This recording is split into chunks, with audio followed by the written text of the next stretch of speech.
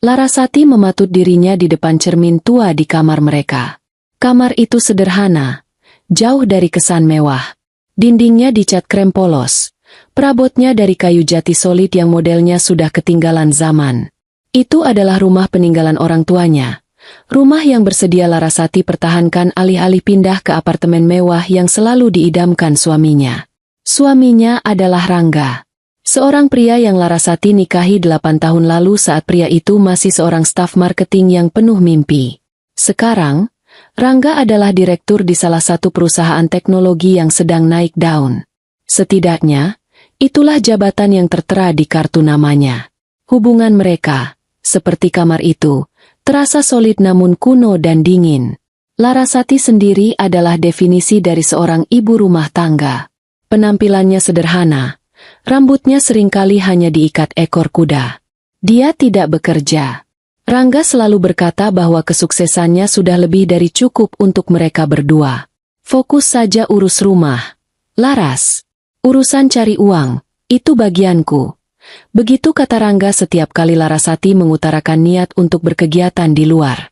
Rangga tidak tahu, dan Larasati sengaja membiarkannya tidak tahu, bahwa perusahaan teknologi tempat Rangga bekerja itu, perusahaan yang dibanggakannya sebagai hasil kerja kerasnya, sebenarnya berdiri di atas warisan Larasati.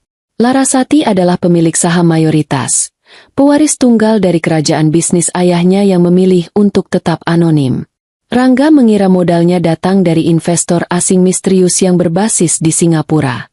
Dia tidak tahu bahwa investor itu adalah perempuan yang setiap pagi membuatkannya kopi.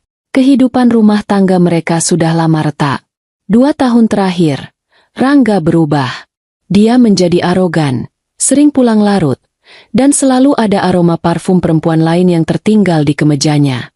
Aroma yang sama dengan yang dipakai Fania, sekretaris baru Rangga yang karirnya melesat secepat gosip di kantor. Larasati tahu. Dia tahu segalanya. Dia membiarkan suaminya menganggapnya bodoh dan naif. Dia mengumpulkan bukti, bukan hanya tentang perselingkuhan, tapi tentang sesuatu yang lebih busuk di dalam perusahaannya. Malam ini adalah pesta perayaan tahunan perusahaan. Pesta termegah yang pernah mereka adakan, merayakan pencapaian target yang luar biasa.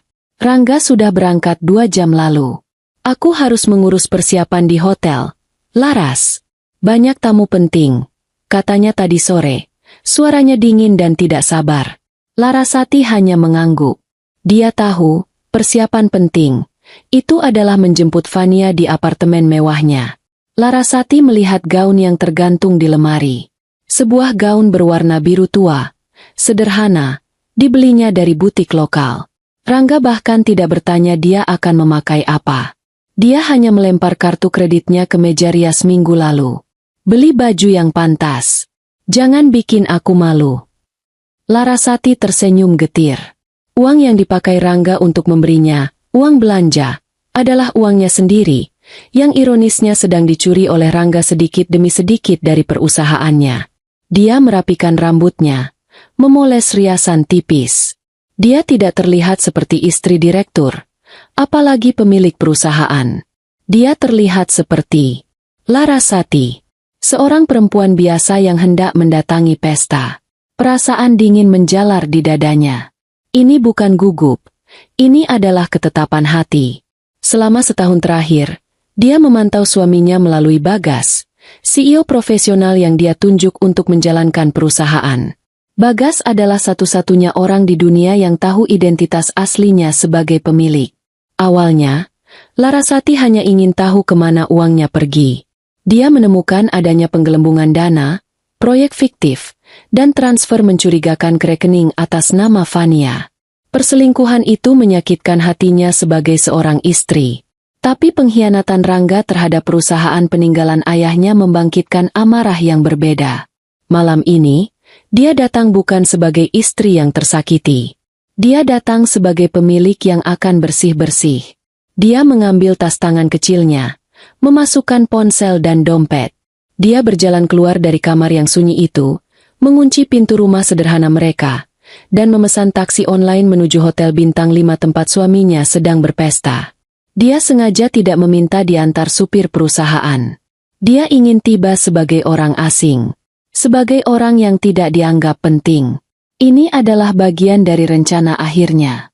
Hotel itu menjulang megah di pusat kota. Lampu-lampu kristal berkilauan di lobi utama. Karpet merah tergelar menyambut para tamu yang mengenakan pakaian terbaik mereka. Larasati membayar taksinya dan melangkah masuk, merasa sedikit kontras dengan kemewahan di sekelilingnya. Gaun biru sederhananya tampak pucat dibandingkan gaun-gaun malam rancangan desainer yang dikenakan tamu lain. Dia menarik napas panjang, mengabaikan tatapan beberapa orang yang memandangnya sekilas, lalu melangkah menuju meja registrasi di depan ballroom. Di sana, seorang satpam berbadan tegap dengan seragam rapi berdiri mengawasi. Nametak di dadanya bertuliskan, Umar. Pak Umar menatap daftar tamu digital di tabletnya. Selamat malam, Bu. Bisa sebutkan nama dan undangannya? Sapanya, formal namun tegas. Selamat malam, Pak. Saya Larasati. Saya belum sempat mengambil undangan fisik, tapi saya istri dari Direktur Rangga. Jawab Larasati dengan tenang. Pak Umar mengerutkan kening. Dia mengetik nama, Larasati, di tabletnya. Layar itu berkedip merah. Dia mencobanya lagi. Hasilnya sama. Mohon maaf, Bu, katanya. Kali ini nadanya lebih kaku. Nama Ibu Larasati tidak terdaftar. Larasati merasakan darahnya mulai menghangat. Dia sudah menduga ini, tapi mengalaminya langsung terasa berbeda. Pasti ada kesalahan, Pak. Coba periksa lagi. Larasati, istri Rangga. Pak Umar menatap Larasati dari atas ke bawah. Penampilan Larasati yang sederhana, kedatangannya yang seorang diri tanpa mobil mewah, membuatnya tampak mencurigakan di mata satpam itu.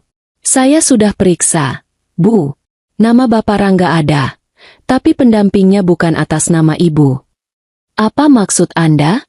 Saya istrinya. Desak Larasati. Suaranya mulai sedikit bergetar, bukan karena takut, tapi karena hinaan yang mulai terasa. Maaf, Bu. Peraturannya jelas. Yang tidak ada di daftar tidak boleh masuk. Tegas Pak Umar. Dia sudah sering menghadapi situasi seperti ini. Perempuan yang mengaku-aku sebagai pasangan tamu penting untuk menyelinap masuk ke pesta mewah. Larasati terdiam. Dia tahu Rangga sengaja menghapus namanya. Ini bukan kelalaian. Ini adalah deklarasi perang yang disengaja. Dia ingin mempermalukannya. Ada keributan apa ini? Sebuah suara angkuh yang sangat Larasati kenal memecah ketegangan. Rangga muncul dari balik pintu ballroom. Dia tampak gagah dengan setelan jas hitam mahal. Namun, dia tidak sendiri. Di lengannya, bergantung seorang perempuan muda yang cantik dalam balutan gaun merah berkilauan yang memeluk tubuhnya dengan sempurna. Fania. Rangga menatap Larasati dengan ekspresi kaget yang cepat berubah menjadi jengkel. Dia tidak menyangka Larasati akan nekat datang sendiri. Larasati. Rangga tertawa kecil, tawa yang dingin dan meremehkan. Kamu sedang apa di sini? Ini acara penting. Laras, bukan arisan di rumah. Mata Fania menatap Larasati dengan kemenangan yang terang-terangan. Dia mengeratkan pegangannya di lengan Rangga, seolah menandai teritorinya. Sayang, mungkin ibu ini salah acara. Fania berkata dengan suara yang dibuat-buat manis. Matanya memindai gaun Larasati dengan tatapan menghina. Beberapa tamu yang baru datang mulai berhenti, memperhatikan drama kecil di lobi. Larasati menatap suaminya. Pria yang dulu berjanji akan melindunginya, kini berdiri di sana, menertawakannya bersama selingkuhannya di depan umum.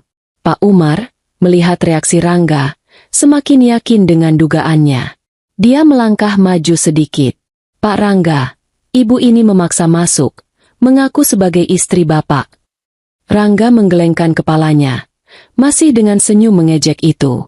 Pak Umar, tolong diurus ya. Saya harus menyapa tamu. Dia jelas-jelas menyangkal Larasati di depan umum. Fania lalu membungkuk sedikit ke arah Pak Umar, seolah memberi saran yang sangat membantu. Pak Satpam, katanya. Suaranya cukup keras untuk didengar orang-orang di sekitar. Mungkin ibu ini mau ke acara di basement? Setahu saya, pesta untuk para staf dan driver diadakan di sana. Hinaan itu telak. Basement.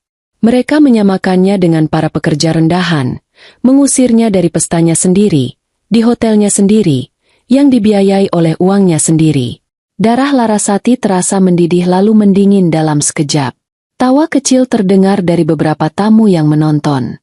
Wajah Pak Umar menunjukkan sedikit iba, tapi dia tetap harus menjalankan tugas. Rangga terlihat puas. Fania tersenyum penuh kemenangan. Larasati menatap mereka berdua. Rasa sakit hati sebagai istri kini telah lenyap, tergantikan oleh sesuatu yang jauh lebih dingin dan tajam. Dia tidak lagi melihat pria yang dicintainya. Dia melihat seorang karyawan rendahan yang lancang. Dia tidak lagi melihat perempuan penggoda. Dia melihat seorang pencuri. Di tengah tawa sinis Rangga dan tatapan merendahkan Fania, Larasati tetap diam. Dia tidak membantah. Dia tidak menangis. Dia hanya mengangguk pelan, seolah menerima nasibnya. Baik, kata Larasati. Suaranya pelan namun jelas. Rangga dan Fania mengira mereka telah menang. Rangga hendak berbalik, menarik Fania kembali ke dalam kehangatan pesta. Namun, Larasati tidak pergi. Dia perlahan-lahan meraih tas tangannya, membukanya, dan mengeluarkan ponselnya. Di tengah tawa sinis Rangga dan tatapan merendahkan Fania, Larasati tetap diam. Dia tidak membantah. Dia tidak menangis. Dia hanya mengangguk pelan, seolah menerima nasibnya. Baik, kata Larasati. Suaranya pelan namun jelas. Rangga dan Fania mengira mereka telah menang. Rangga hendak berbalik, menarik Fania kembali ke dalam kehangatan pesta. Di dalam pikirannya, Rangga merasa puas. Dia telah berhasil. Dia telah menunjukkan pada Larasati di mana tempatnya.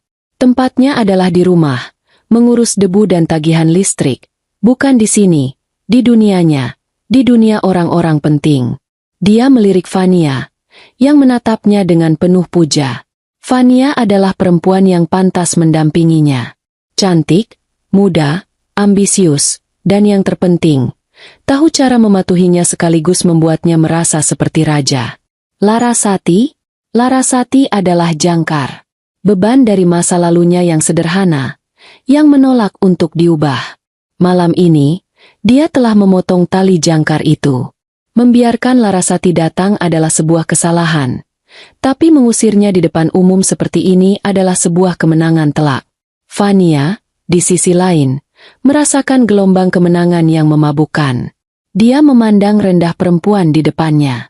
Gaun biru Larasati yang sederhana itu mungkin harganya tidak sampai 1/10 dari gaun merahnya, yang dia minta dari Rangga sebagai hadiah bonus.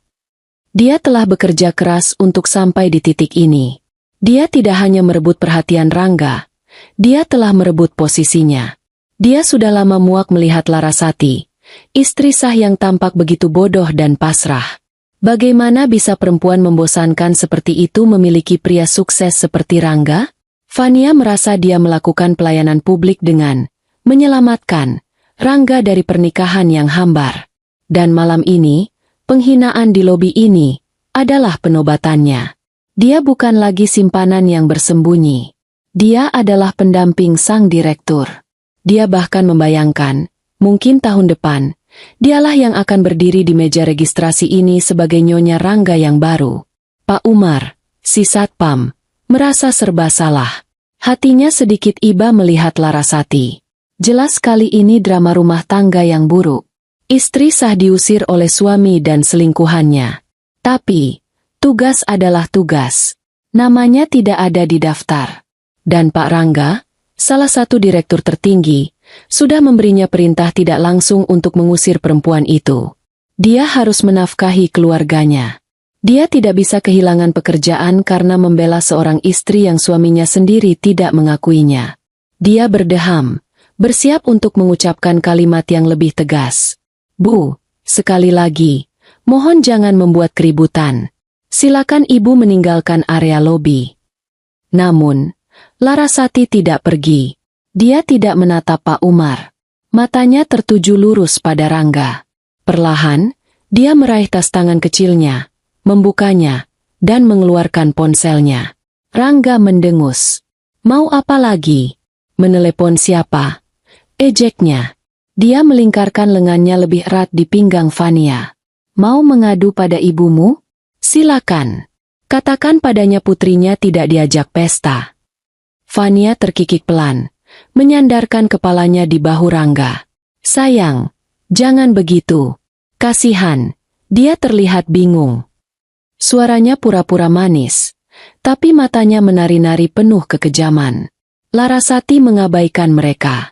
Suara-suara di lobi, denting gelas dari dalam ballroom, tawa para tamu, dan bisikan sinis Fania, semuanya seolah menjauh.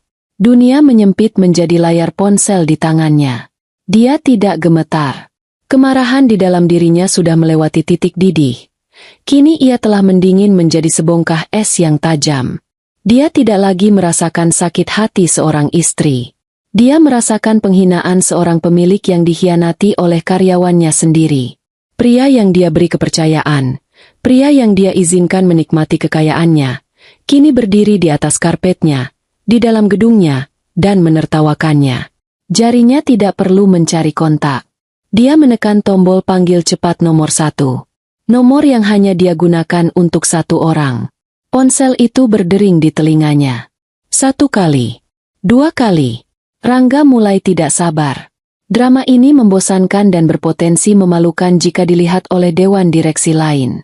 Pak Umar, katanya lebih keras. Tolong antar ibu ini keluar. Dia mengganggu tamu. Pak Umar mengangguk dan melangkah maju. Bu, mohon. Tepat saat itu, panggilan di telepon Larasati tersambung. Suara di seberang terdengar profesional dan siaga, seperti biasa. Ya, Bu. Itu adalah suara Bagas. CEO yang Larasati tunjuk secara pribadi 5 tahun lalu untuk menjalankan perusahaannya. Bagas adalah seorang profesional brilian, lulusan luar negeri, yang Larasati bayar sangat mahal untuk satu hal, kesetiaan absolut. Bagas tidak tahu Larasati menikah dengan Rangga. Dia hanya tahu nama Larasati sebagai pemilik anonim yang memberinya instruksi lewat telepon dan email terenkripsi. Dia tidak pernah bertemu muka dengannya. Sampai Larasati memintanya bertemu secara rahasia setahun lalu saat dia mulai mencium bau penggelapan. Bagas adalah anjing penjaganya yang paling setia. Larasati tetap menatap Rangga. Mata suaminya itu penuh dengan kebosanan dan kejengkelan. Halo, Bagas. Suara Larasati terdengar sangat tenang, datar, tanpa emosi. Ini aku. Ada jeda singkat di seberang.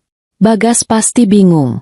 Larasati tidak pernah meneleponnya di jam pesta seperti ini. Aku di lobi, lanjut Larasati. Di depan ballroom. Dia berhenti sejenak, membiarkan informasi itu meresap. Aku mau masuk ke acaraku sendiri. Keheningan di seberang saluran pecah oleh suara tarikan napas yang tajam. Larasati bisa mendengar suara kursi berderit keras, seolah Bagas melompat dari duduknya. Ibu di mana? Di lobi utama, ulang Larasati. Satpam bilang namaku tidak ada di daftar. Dia tidak mengizinkanku masuk. Apa? Suara Bagas terdengar seperti pekikan tertahan. Larasati mendengar suara langkah kaki yang terburu-buru, mungkin berlari di atas karpet. Di lobi, Bu? Lobi utama? Ya Tuhan, saya ke sana sekarang. Jangan kemana-mana, Bu. Saya ke sana. Panggilan itu terputus. Bagas yang menutupnya. Larasati menurunkan ponselnya, tapi tidak memasukkannya kembali ke tas. Dia hanya menggenggamnya erat. Rangga tidak mendengar percakapan di seberang. Dia hanya mendengar jawaban pelan Larasati. Bagas? Kamu menelepon Bagas? CEO kita. Rangga tertawa terbahak-bahak. Kali ini tawa yang benar-benar lepas. Ya Tuhan, Larasati, kamu semakin konyol. Serunya, membuat beberapa tamu menoleh. Kamu pikir Bagas peduli dengan ibu rumah tangga sepertimu? Kamu mau mengadukan aku ke atasanku? Kamu pikir dia akan membelamu? Fania ikut tertawa. Mungkin dia pikir Pak Bagas itu teman arisannya juga. Timpal Fania. Idenya konyol. Bagas adalah sosok yang dingin dan profesional, ditakuti oleh semua direktur. Mengadukan masalah rumah tangga padanya sama saja dengan bunuh diri karir. Rangga merasa di atas angin. Larasati sudah kehilangan akal. Dia menatap Pak Umar dengan pandangan tajam. Pak Umar, saya tidak mau bilang lagi. Keluarkan dia. Pak Umar menelan ludah. Dia baru saja akan menyentuh lengan Larasati dengan sopan untuk menggiringnya pergi. Larasati menatapnya, lalu menggeleng pelan. Tidak perlu, Pak. Tunggu sebentar. Tunggu apa lagi? Bentak Rangga. Dia meraih lengan Fania. Ayo, sayang, kita tinggalkan orang gila ini. Rangga dan Fania mengambil satu langkah menuju pintu ballroom. Saat itulah, suara ding yang jernih dan tegas terdengar membelah keriuhan lobi. Itu bukan suara dari lift tamu biasa. Itu adalah suara khas dari lift pribadi di sisi lain lobi. Lift yang terbuat dari baja poles mengkilap dengan panel kayu mahoni, yang hanya bisa diakses dengan kartu khusus. Lift yang disediakan untuk tamu VVIP hotel, atau, seperti yang diketahui semua karyawan, lift pribadi untuk dewan direksi tertinggi dan pemilik perusahaan. Semua orang menoleh. Rangga dan Fania berhenti melangkah. Pak Umar membeku. Pintu baja itu menggeser terbuka dengan mulus. Pintu lift pribadi itu terbuka, menampakkan sosok Bagas. Tapi ini bukan Bagas yang biasa dilihat Rangga atau Fania di ruang rapat. Bukan CEO yang tenang, berwibawa, dan selalu mengendalikan situasi dengan setelan jasnya yang rapi tanpa celah. Bagas yang keluar dari lift itu tampak kacau. Wajahnya, yang biasanya berau tegas, kini pucat pasi dan berkeringat. Dasinya sedikit miring. Napasnya terengah-engah seolah baru berlari maraton. Matanya liar, memindai lobi dengan kepanikan murni. Dia tidak melihat Rangga. Dia tidak melihat Fania. Dia tidak melihat kerumunan tamu yang menatapnya bingung. Matanya hanya butuh 1 detik untuk menemukan sosok Larasati yang berdiri tenang di depan meja registrasi. Lalu, sesuatu yang tak terbayangkan terjadi. Bagas, CEO tertinggi perusahaan, pria yang ditakuti dan dihormati semua orang, pria yang gajinya puluhan kali lipat dari Rangga, berlari. Dia tidak berjalan cepat. Dia benar-benar berlari melintasi karpet lobi yang mahal itu, menerobos beberapa tamu yang menghalangi jalannya. Dia berhenti 1 meter di depan Larasati. Dan di depan semua orang, di depan Rangga, Fania, Pak Umar, dan puluhan pasang mata tamu penting, Bagas membungkukkan badannya dalam-dalam. 90 derajat. Sebuah gestur yang menunjukkan rasa hormat dan ketakutan yang luar biasa. Ibu Larasati. Suara Bagas menggema di lobi. Keras, nyaring, dan syarat dengan kepanikan yang tidak bisa disembunyikan. Maafkan saya. Saya sungguh-sungguh minta maaf. Saya tidak tahu ibu akan datang malam ini. Saya tidak tahu ada masalah di lobi ini. Ini kelalaian yang tidak terampuni. Seluruh lobi mendadak hening. Musik dari dalam ballroom terdengar sayup-sayup, tapi di luar, tidak ada yang bergerak. Tidak ada yang bernapas. Rangga membeku di tempatnya. Senyum mengejek di wajahnya luruh seperti lilin yang meleleh. Jantungnya terasa seperti berhenti berdetak. Ibu? Kenapa Bagas memanggil Larasati? Ibu? Itu bukan panggilan biasa.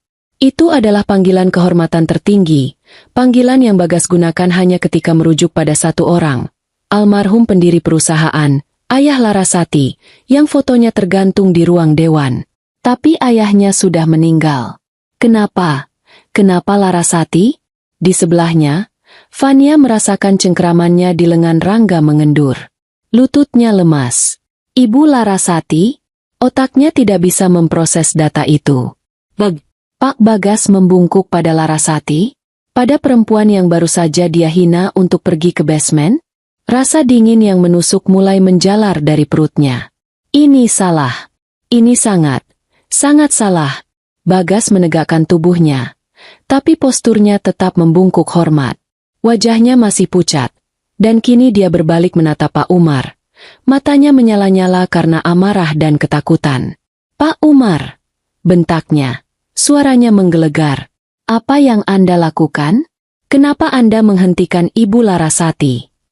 Pak Umar gemetar hebat. Dia seperti melihat hantu.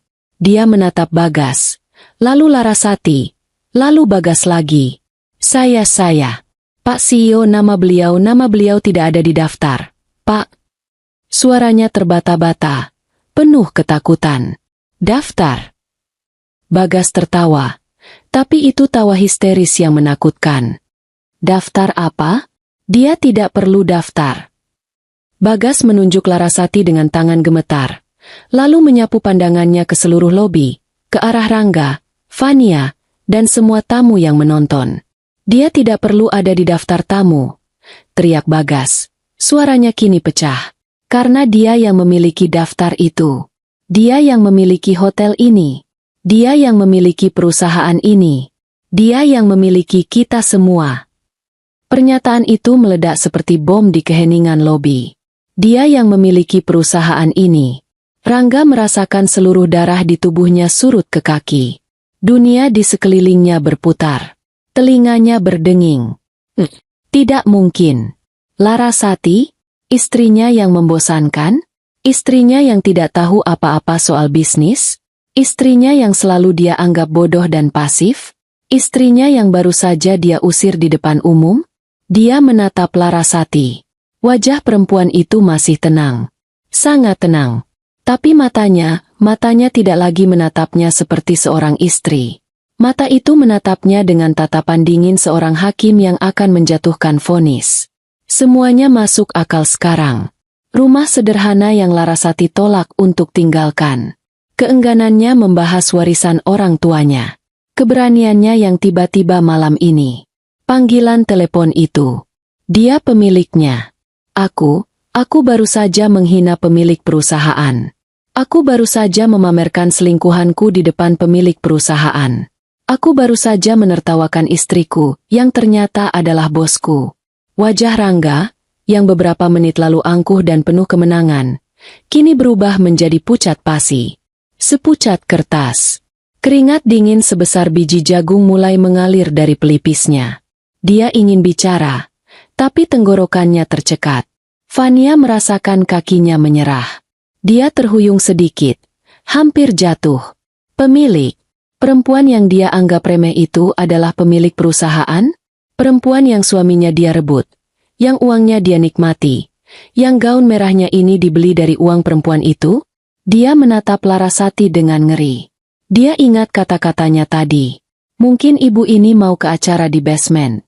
Ya Tuhan! Dia ingin bumi terbelah dan menelannya hidup-hidup. Larasati akhirnya bergerak. Dia menghela napas pelan. Seolah baru saja menyelesaikan tugas ringan. Dia menatap Bagas, yang masih tampak di ambang serangan jantung. Bagas, kata Larasati, suaranya tetap datar, namun kini memiliki bobot otoritas yang tak terbantahkan. Suara itu memotong kepanikan Bagas seketika. Tenanglah, ini bukan salah Pak Umar. Dia lalu menoleh ke Pak Umar, yang terlihat ingin pingsan. Anda bekerja dengan baik, Pak. Anda hanya menjalankan prosedur sesuai daftar yang Anda terima. Terima kasih atas ketegasan Anda. Pak Umar hanya bisa mengangguk kaku, terlalu takut untuk bicara. Sikap Larasati yang memvalidasi satpam itu, alih-alih memarahinya, justru terasa lebih menakutkan bagi Rangga. Itu menunjukkan kendali penuh. Dia tidak perlu marah. Dia sudah menang. Larasati kemudian mengalihkan pandangannya dari Pak Umar. Matanya melintasi Fania, yang gemetar hebat hingga gaun merahnya bergetar. Tatapannya pada Fania hanya sedetik. Dingin, seolah melihat serangga yang tidak penting. Lalu, matanya berhenti, terkunci pada Rangga. Rangga tersentak. Dia melihat tatapan Larasati. Tidak ada cinta, tidak ada benci. Yang ada hanya tatapan seorang atasan pada seorang bawahan yang baru saja melakukan kesalahan fatal. Kesalahan yang tidak bisa diperbaiki. Larasati, aku. Rangga mencoba bicara. Suaranya serak. Larasati mengangkat tangannya sedikit, menghentikan kalimat Rangga. Dia tidak ingin mendengar apapun. Dia berbalik menghadap Bagas. Bagas, katanya, aku tidak ingin ikut pesta. Aku ingin bekerja. Antarkan aku ke ruanganku. Rangga tertegun. Ruanganku? Larasati tidak punya ruangan di kantor. Bagas, yang kini sudah sedikit lebih tenang namun masih sangat patuh, mengangguk cepat. Tentu, Bu. Tentu. Ruang penthouse sudah disiapkan seperti biasa. Lewat sini, silakan. Bagas dengan sigap menekan tombol lift pribadi dan menahan pintunya agar tetap terbuka. Larasati melangkah menuju lift. Dia melewati Rangga dan Fania seolah mereka adalah patung pajangan yang tidak bernyawa. Tepat sebelum dia masuk ke dalam lift, Larasati berhenti. Dia tidak menoleh. Bagas, katanya lagi. Ya, Bu. Panggil tim audit internal sekarang juga. Saya mau mereka di ruanganku 15 menit lagi. Jantung Rangga serasa dicabut dari dadanya. Audit? Sekarang? Dan satu lagi. Lanjut Larasati. Bekukan semua akses. Komputer, email, dan kartu kredit perusahaan atas nama Direktur Rangga. Dan juga siapa namamu? Dia bertanya pada Fania, seolah baru pertama kali melihatnya. Fania tergagap. Fea. Fania, Bu. Ya, Fania. Bekukan aksesnya juga. Segera. Bagas mengangguk. Siap. Laksanakan, Bu. Larasati melangkah masuk ke dalam lift. Bagas mengikutinya, berdiri di belakangnya dengan postur hormat. Pintu baja itu mulai menutup. Detik-detik terakhir sebelum pintu itu tertutup rapat, Rangga bisa melihat pantulan wajahnya sendiri di permukaan baja yang mengkilap itu. Wajah seorang pria yang pucat, hancur, dan ketakutan. Pintu tertutup rapat, meninggalkan keheningan yang mematikan di lobi. Rangga dan Fania berdiri kaku di tempat mereka. Pesta di dalam ballroom masih berlangsung. Musiknya terdengar riang. Tapi bagi mereka berdua, dunia baru saja berakhir. Semua tamu yang tadi menonton, kini serempak memalingkan muka, pura-pura sibuk dengan minuman mereka atau mengobrol. Tidak ada yang mau terlibat. Aib itu total. Rangga, direktur yang sombong itu, baru saja dilucuti di depan umum oleh istrinya sendiri. Dan Fania, selingkuhannya yang angkuh, baru saja dihina oleh pemilik perusahaan yang dia remehkan. Kaki Rangga akhirnya lemas. Dia terhuyung ke belakang, bersandar ke dinding, napasnya memburu. Pestanya telah berakhir. Karirnya telah berakhir. Semuanya telah berakhir. Lift pribadi itu meluncur naik tanpa suara. Keheningan di dalam kotak baja mengkilap itu terasa pekat. Hanya dipecahkan oleh napas Bagas yang masih belum teratur. Larasati berdiri diam, menatap pantulan buram dirinya di dinding lift. Dia masih terlihat seperti Larasati yang sederhana, dengan gaun biru tua dan riasan tipis. Namun, aura di sekelilingnya telah berubah total. Udara di sekitarnya terasa dingin dan padat. Bagas berdiri sedikit di belakangnya, seperti seorang ajudan. Keringat masih membasahi pelipisnya. Pikirannya berpacu liar. Dia masih tidak percaya dengan apa yang baru saja terjadi. Selama 5 tahun dia bekerja untuk Ibu Larasati. Dia mengenalnya sebagai suara di telepon yang tegas, email yang tajam, dan investor anonim yang brilian. Dia tahu Larasati adalah putri mendiang pemilik, yang memilih untuk tidak mengambil alih perusahaan secara langsung. Dia menghormati keputusan itu. Dia bahkan, atas permintaan Larasati, membantunya memfasilitasi penempatan Rangga, yang saat itu masih manajer junior, ke posisi yang lebih tinggi. Larasati bilang, dia ingin menguji calon suaminya dalam lingkungan yang kompetitif tanpa bayang-bayang kekayaannya. Bagas tidak pernah tahu Larasati akhirnya menikahi pria itu. Dia tidak pernah tahu bahwa Direktur Rangga yang arogan, yang sering dia curigai melakukan manipulasi kecil, adalah suami dari atasannya yang sebenarnya. Dan malam ini, atasannya, pemilik seluruh kerajaan bisnis ini, baru saja dipermalukan di lobi oleh karyawannya sendiri. Oleh suaminya sendiri. Kepala Bagas pening memikirkan betapa besar kelalaiannya. Dia seharusnya tahu. Dia seharusnya memeriksa daftar tamu itu sendiri. Ding! Pintu lift terbuka. Langsung mengarah ke sebuah ruangan yang sangat besar. Ini bukan kamar hotel.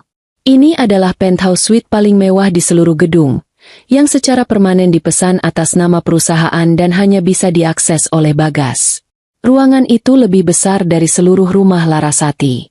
Jendela-jendela setinggi langit-langit memamerkan pemandangan gemerlap kota Jakarta dari lantai tertinggi. Perabotnya minimalis namun luar biasa mahal, didominasi warna krem, abu-abu, dan kayu gelap. Di satu sisi, terdapat pusat kerja canggih dengan beberapa monitor besar yang mati. Larasati melangkah masuk seolah dia sudah tinggal di sana selamanya. Dia meletakkan tas tangannya di atas meja marmer besar. Bagas mengikutinya, menutup pintu. "Ibu." Bagas memulai, suaranya tercekat. Saya minta maaf. Saya tidak tahu. Jika saya tahu Pak Rangga adalah suami ibu, jika saya tahu dia akan." Larasati mengangkat tangannya. "Ini bukan salahmu, Bagas. Berhenti menyalahkan dirimu. Tapi daftar tamu itu, saya yang menyetujui daftar finalnya. Nama ibu tidak ada, dan nama Fania tercatat sebagai pendamping Direktur Rangga. Saya pikir ibu mengizinkan, saya tidak tahu." Bagas hampir meremas-remas tangannya. Larasati akhirnya menatapnya. Matanya melembut untuk sesaat. "Aku tahu. Aku yang membiarkan ini terjadi. Aku yang memintamu untuk tidak pernah mencampuri urusan pribadiku. Aku yang memilih untuk tetap anonim." Dia berjalan ke jendela, membelakangi Bagas, menatap lampu-lampu kota yang berkelip di bawah. "Ayahku," Larasati berkata pelan, "memintaku melakukan ini. Jangan pernah tunjukkan kekuatanmu sampai kamu benar-benar membutuhkannya," katanya. "Dan jangan pernah percaya pria yang menginginkan uangmu." Aku pikir Rangga berbeda. Aku bertemu dengannya saat aku menyamar sebagai staf magang di perusahaan kita sendiri, jauh sebelum kamu bergabung. Dia ambisius. Dia terlihat tulus." Dia tertawa pelan, tawa yang pahit. "Aku sangat bodoh. Aku memberinya segalanya secara tidak langsung. Aku mempromosikannya melalui kamu, memberinya proyek besar, memberinya modal yang dia pikir dia dapatkan dari kerja kerasnya. Aku ingin melihat apakah dia akan tetap menjadi pria yang sama. Ternyata tidak. Kekuasaan dan uang mengubahnya. Atau mungkin, dia berhenti sejenak. Itu hanya menunjukkan siapa dia sebenarnya." "Setahun lalu," lanjut Larasati, suaranya kembali mengeras. "Aku mulai melihat keanehan. Proyek Omega yang kamu tandai. Aku tahu itu adalah ulahnya. Aku memintamu menyelidikinya secara diam-diam. Dan perselingkuhan ini hanya puncaknya. Ini bukan tentang hatiku yang hancur, Bagas. Ini tentang dia yang merusak peninggalan ayahku. Dia mencuri dari keluargaku." Dia berbalik dari jendela. Wajahnya kembali dingin seperti es. "Aku sengaja datang malam ini. Aku sengaja memakai gaun ini. Aku sengaja datang tanpa undangan. Aku ingin melihat. Aku ingin melihat seberapa jauh dia akan bertindak. Dan dia tidak mengecewakan."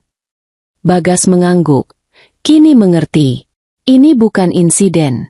Ini adalah jebakan." Dan Rangga baru saja melompat masuk dengan kedua kakinya. Bel pintu berbunyi. "Itu pasti tim audit," kata Bagas. "Buka pintunya." Bagas membuka pintu.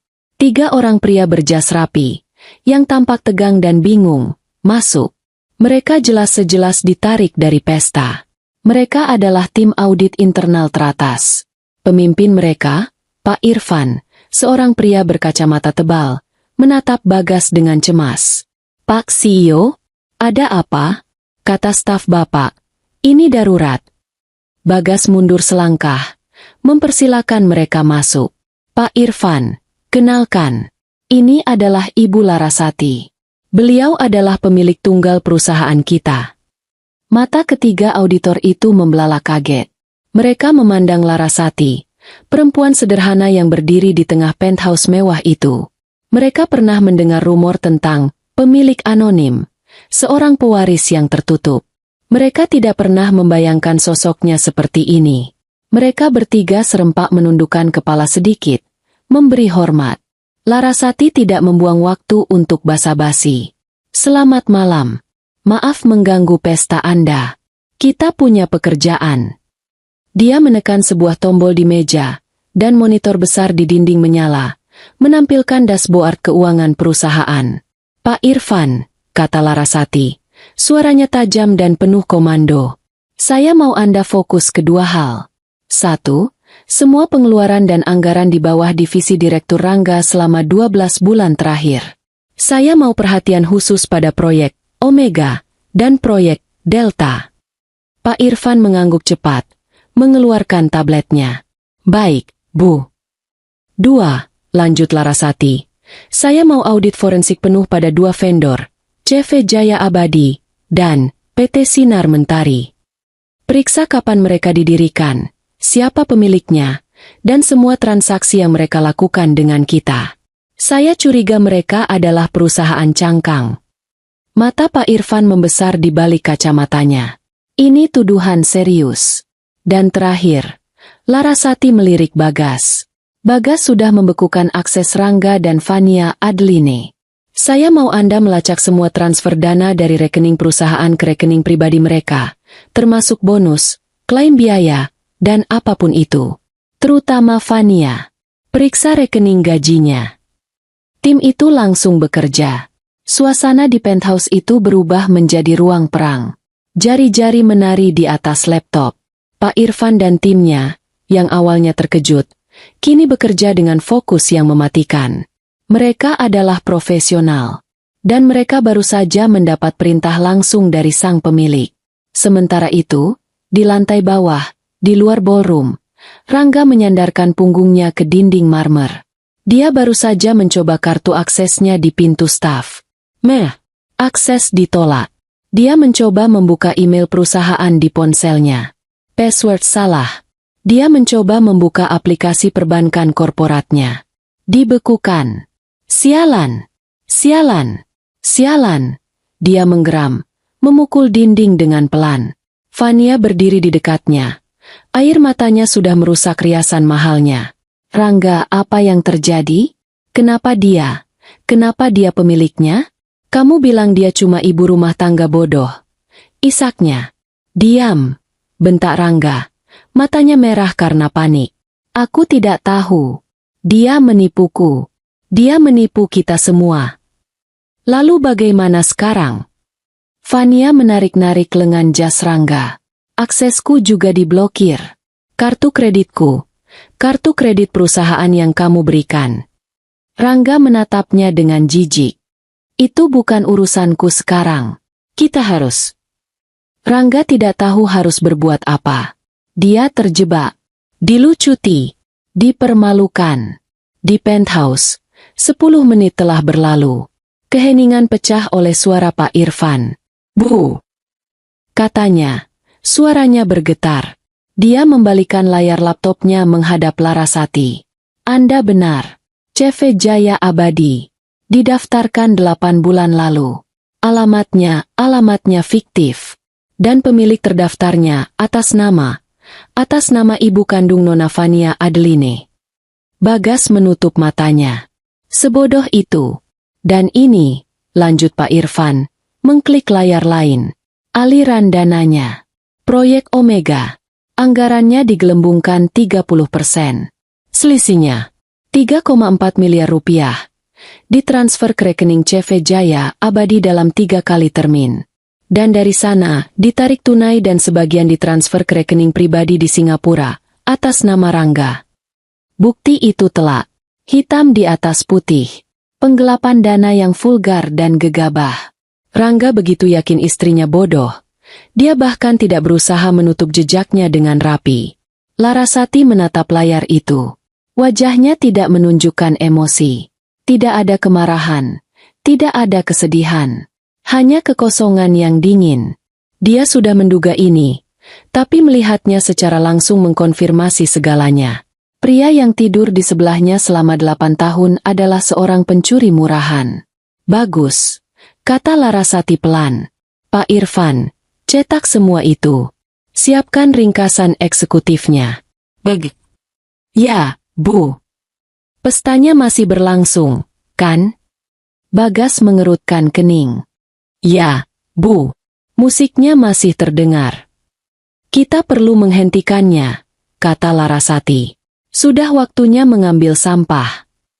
Di luar ballroom, kepanikan Rangga mencapai puncaknya. Dia tidak bisa menghubungi siapapun. Semua kontaknya di bank, yang biasanya merespons panggilannya dalam hitungan detik, kini seolah lenyap ditelan bumi. Ponsel pribadinya sunyi. Dia menyadari Larasati tidak hanya membekukan aset perusahaannya. Dia pasti telah membuat panggilan untuk membekukan rekening pribadinya juga. Kekuatan istrinya jauh melampaui apa yang bisa dia bayangkan. Fania, di sampingnya, telah beralih dari isak tangis menjadi kemarahan yang putus asa. Ini semua salahmu, desisnya. Suaranya serak. Seharusnya kamu tidak mengusirnya. Kenapa kamu harus begitu sombong? Rangga, kamu menghancurkan kita berdua. Diam, kamu bilang. Rangga mencengkeram lengan Fania. Cengkeramannya keras, membuatnya meringis kesakitan. Kamu pikir aku tahu? Kamu menikmati uangnya sama banyaknya denganku. Gaun merahmu itu, apartemenmu, liburan kita. Kamu sama saja denganku. Lepaskan. Fania menarik lengannya. Setidaknya aku tidak menikahi dia. Aku tidak menipunya setiap hari selama 8 tahun. Kamu hanya pelacur murahan yang...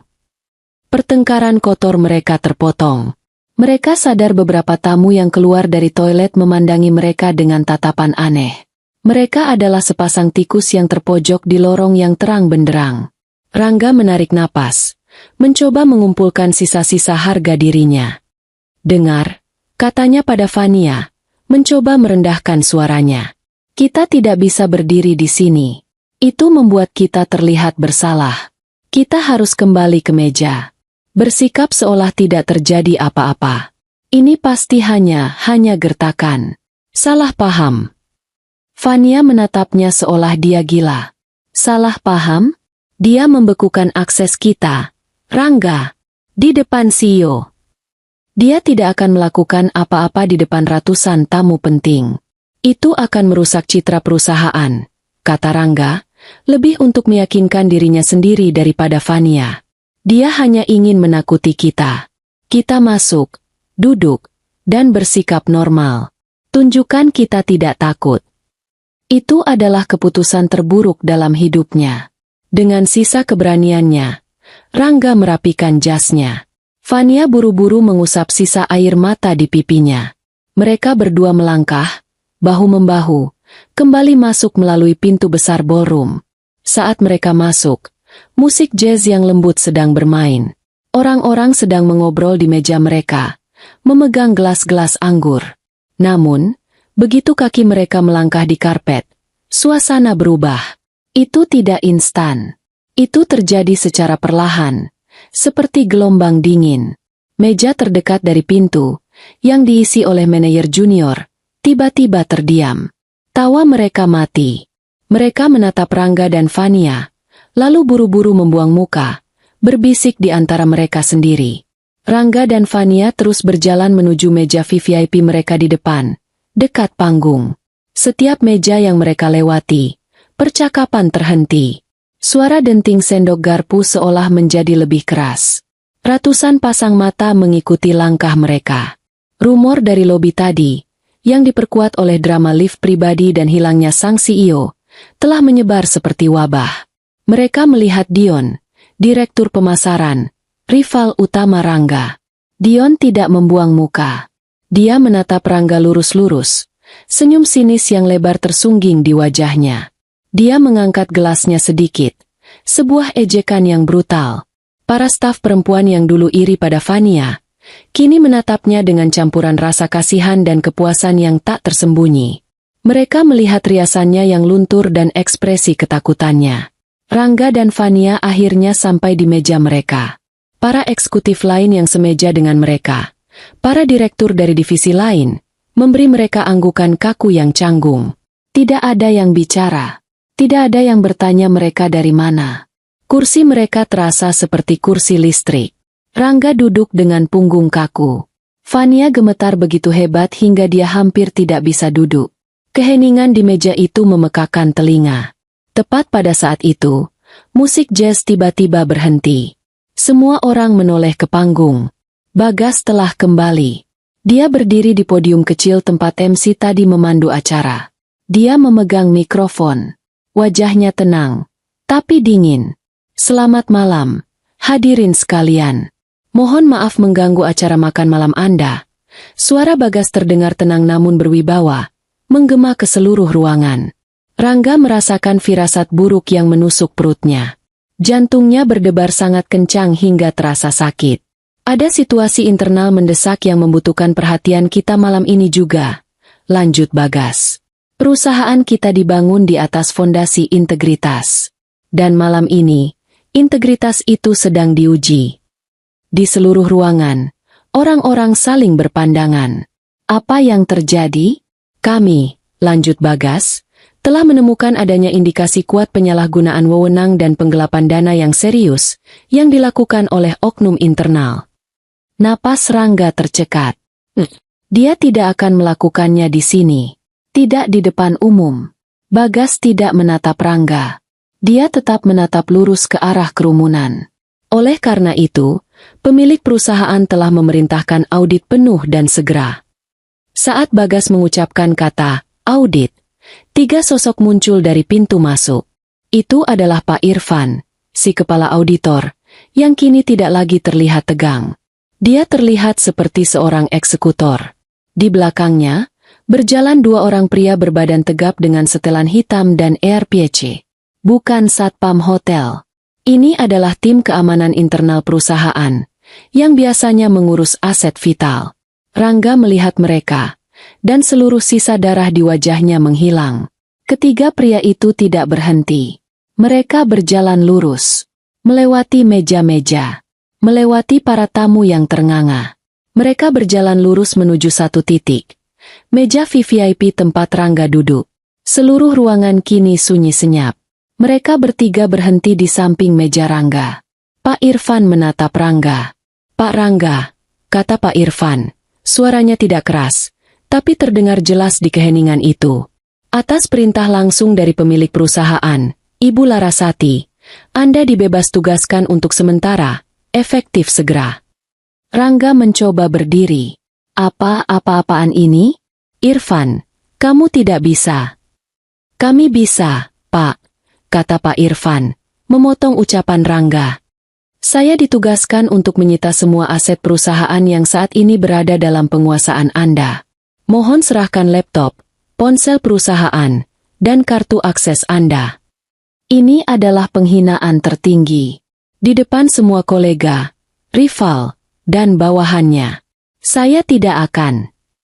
Rangga memulai. Pak Irfan tidak berdebat. Dia hanya meletakkan sebuah tablet di atas meja di depan Rangga. Layarnya menyala, menunjukkan diagram alir transfer dana. Nama Rangga, nama Fania, dan nama CV Jaya Abadi dilingkari dengan warna merah tebal. Kami sudah memiliki semua buktinya, Pak, kata Pak Irfan pelan. Penggelapan dana proyek Omega dan Delta. Total kerugian sementara, 5,7 miliar rupiah. Anda mau kami membahasnya di sini, atau Anda mau menyerahkannya dengan tenang? Mata Rangga terpaku pada layar itu. 5,7 miliar. Larasati tahu. Dia tahu segalanya. Tangannya gemetar hebat. Dia tidak punya pilihan. Dia telah dijebak, ditelanjangi, dan dieksekusi di depan umum. Dengan gerakan lambat seperti robot, Rangga merogoh sakunya, mengeluarkan ponsel perusahaan dan kartu aksesnya. Dia menaruhnya di atas meja. Lalu dia mengambil tas laptop di samping kursinya dan meletakkannya di meja. Bagus, kata Pak Irfan. Dia lalu menoleh ke Fania, yang kini menangis tanpa suara. Tubuhnya berguncang hebat. Nona Fania Adeline, kata Pak Irfan, nadanya sama dinginnya.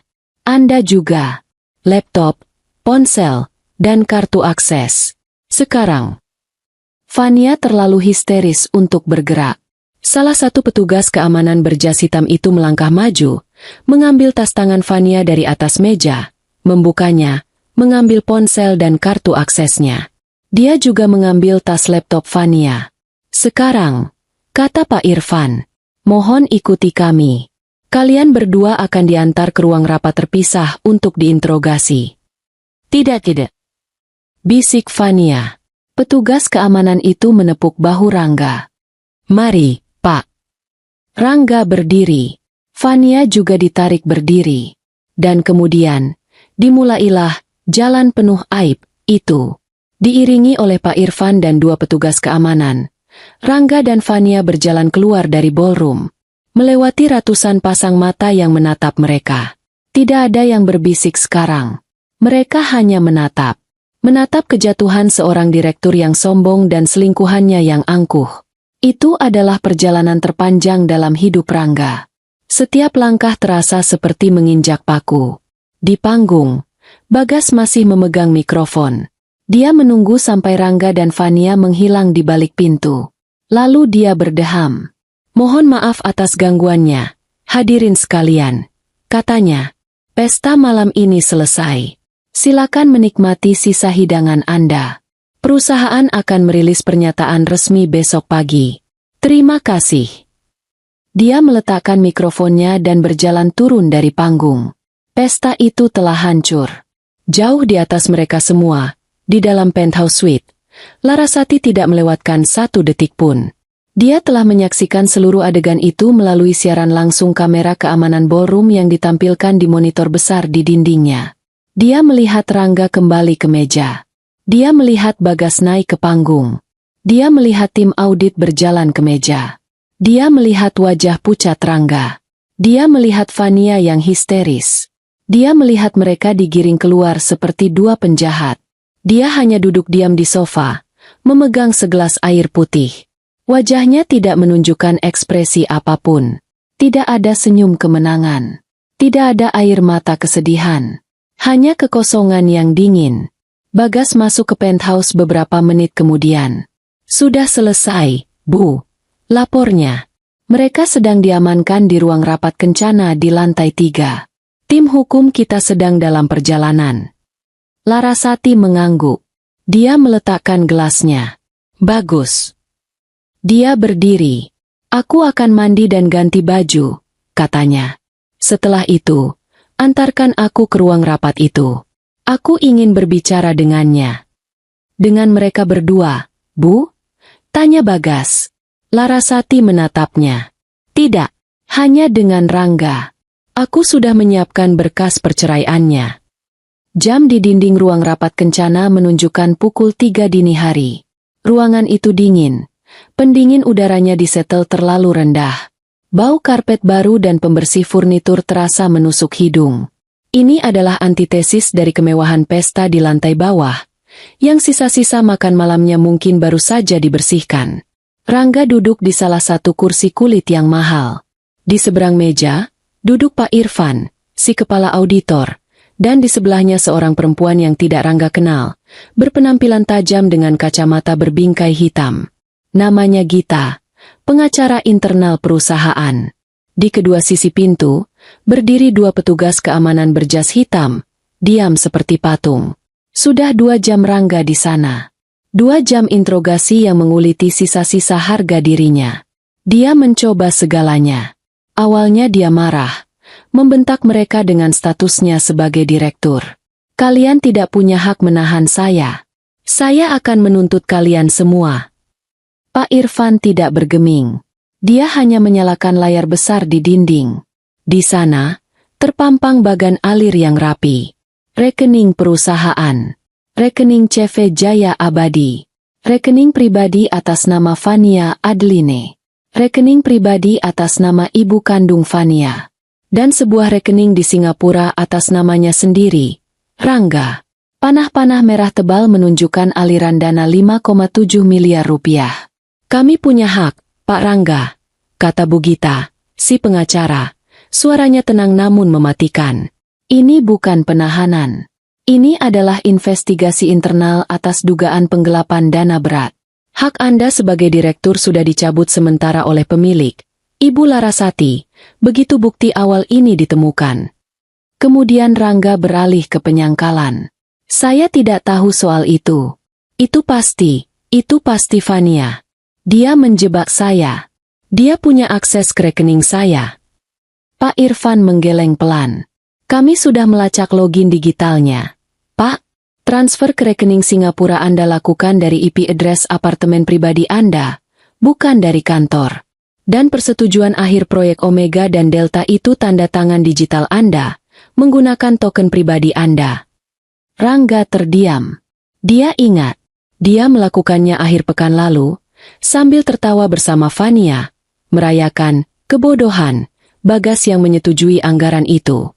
Dia pikir dia sangat pintar. Lalu dia mencoba tawar-menawar. Dengar, ini salah paham. Larasati.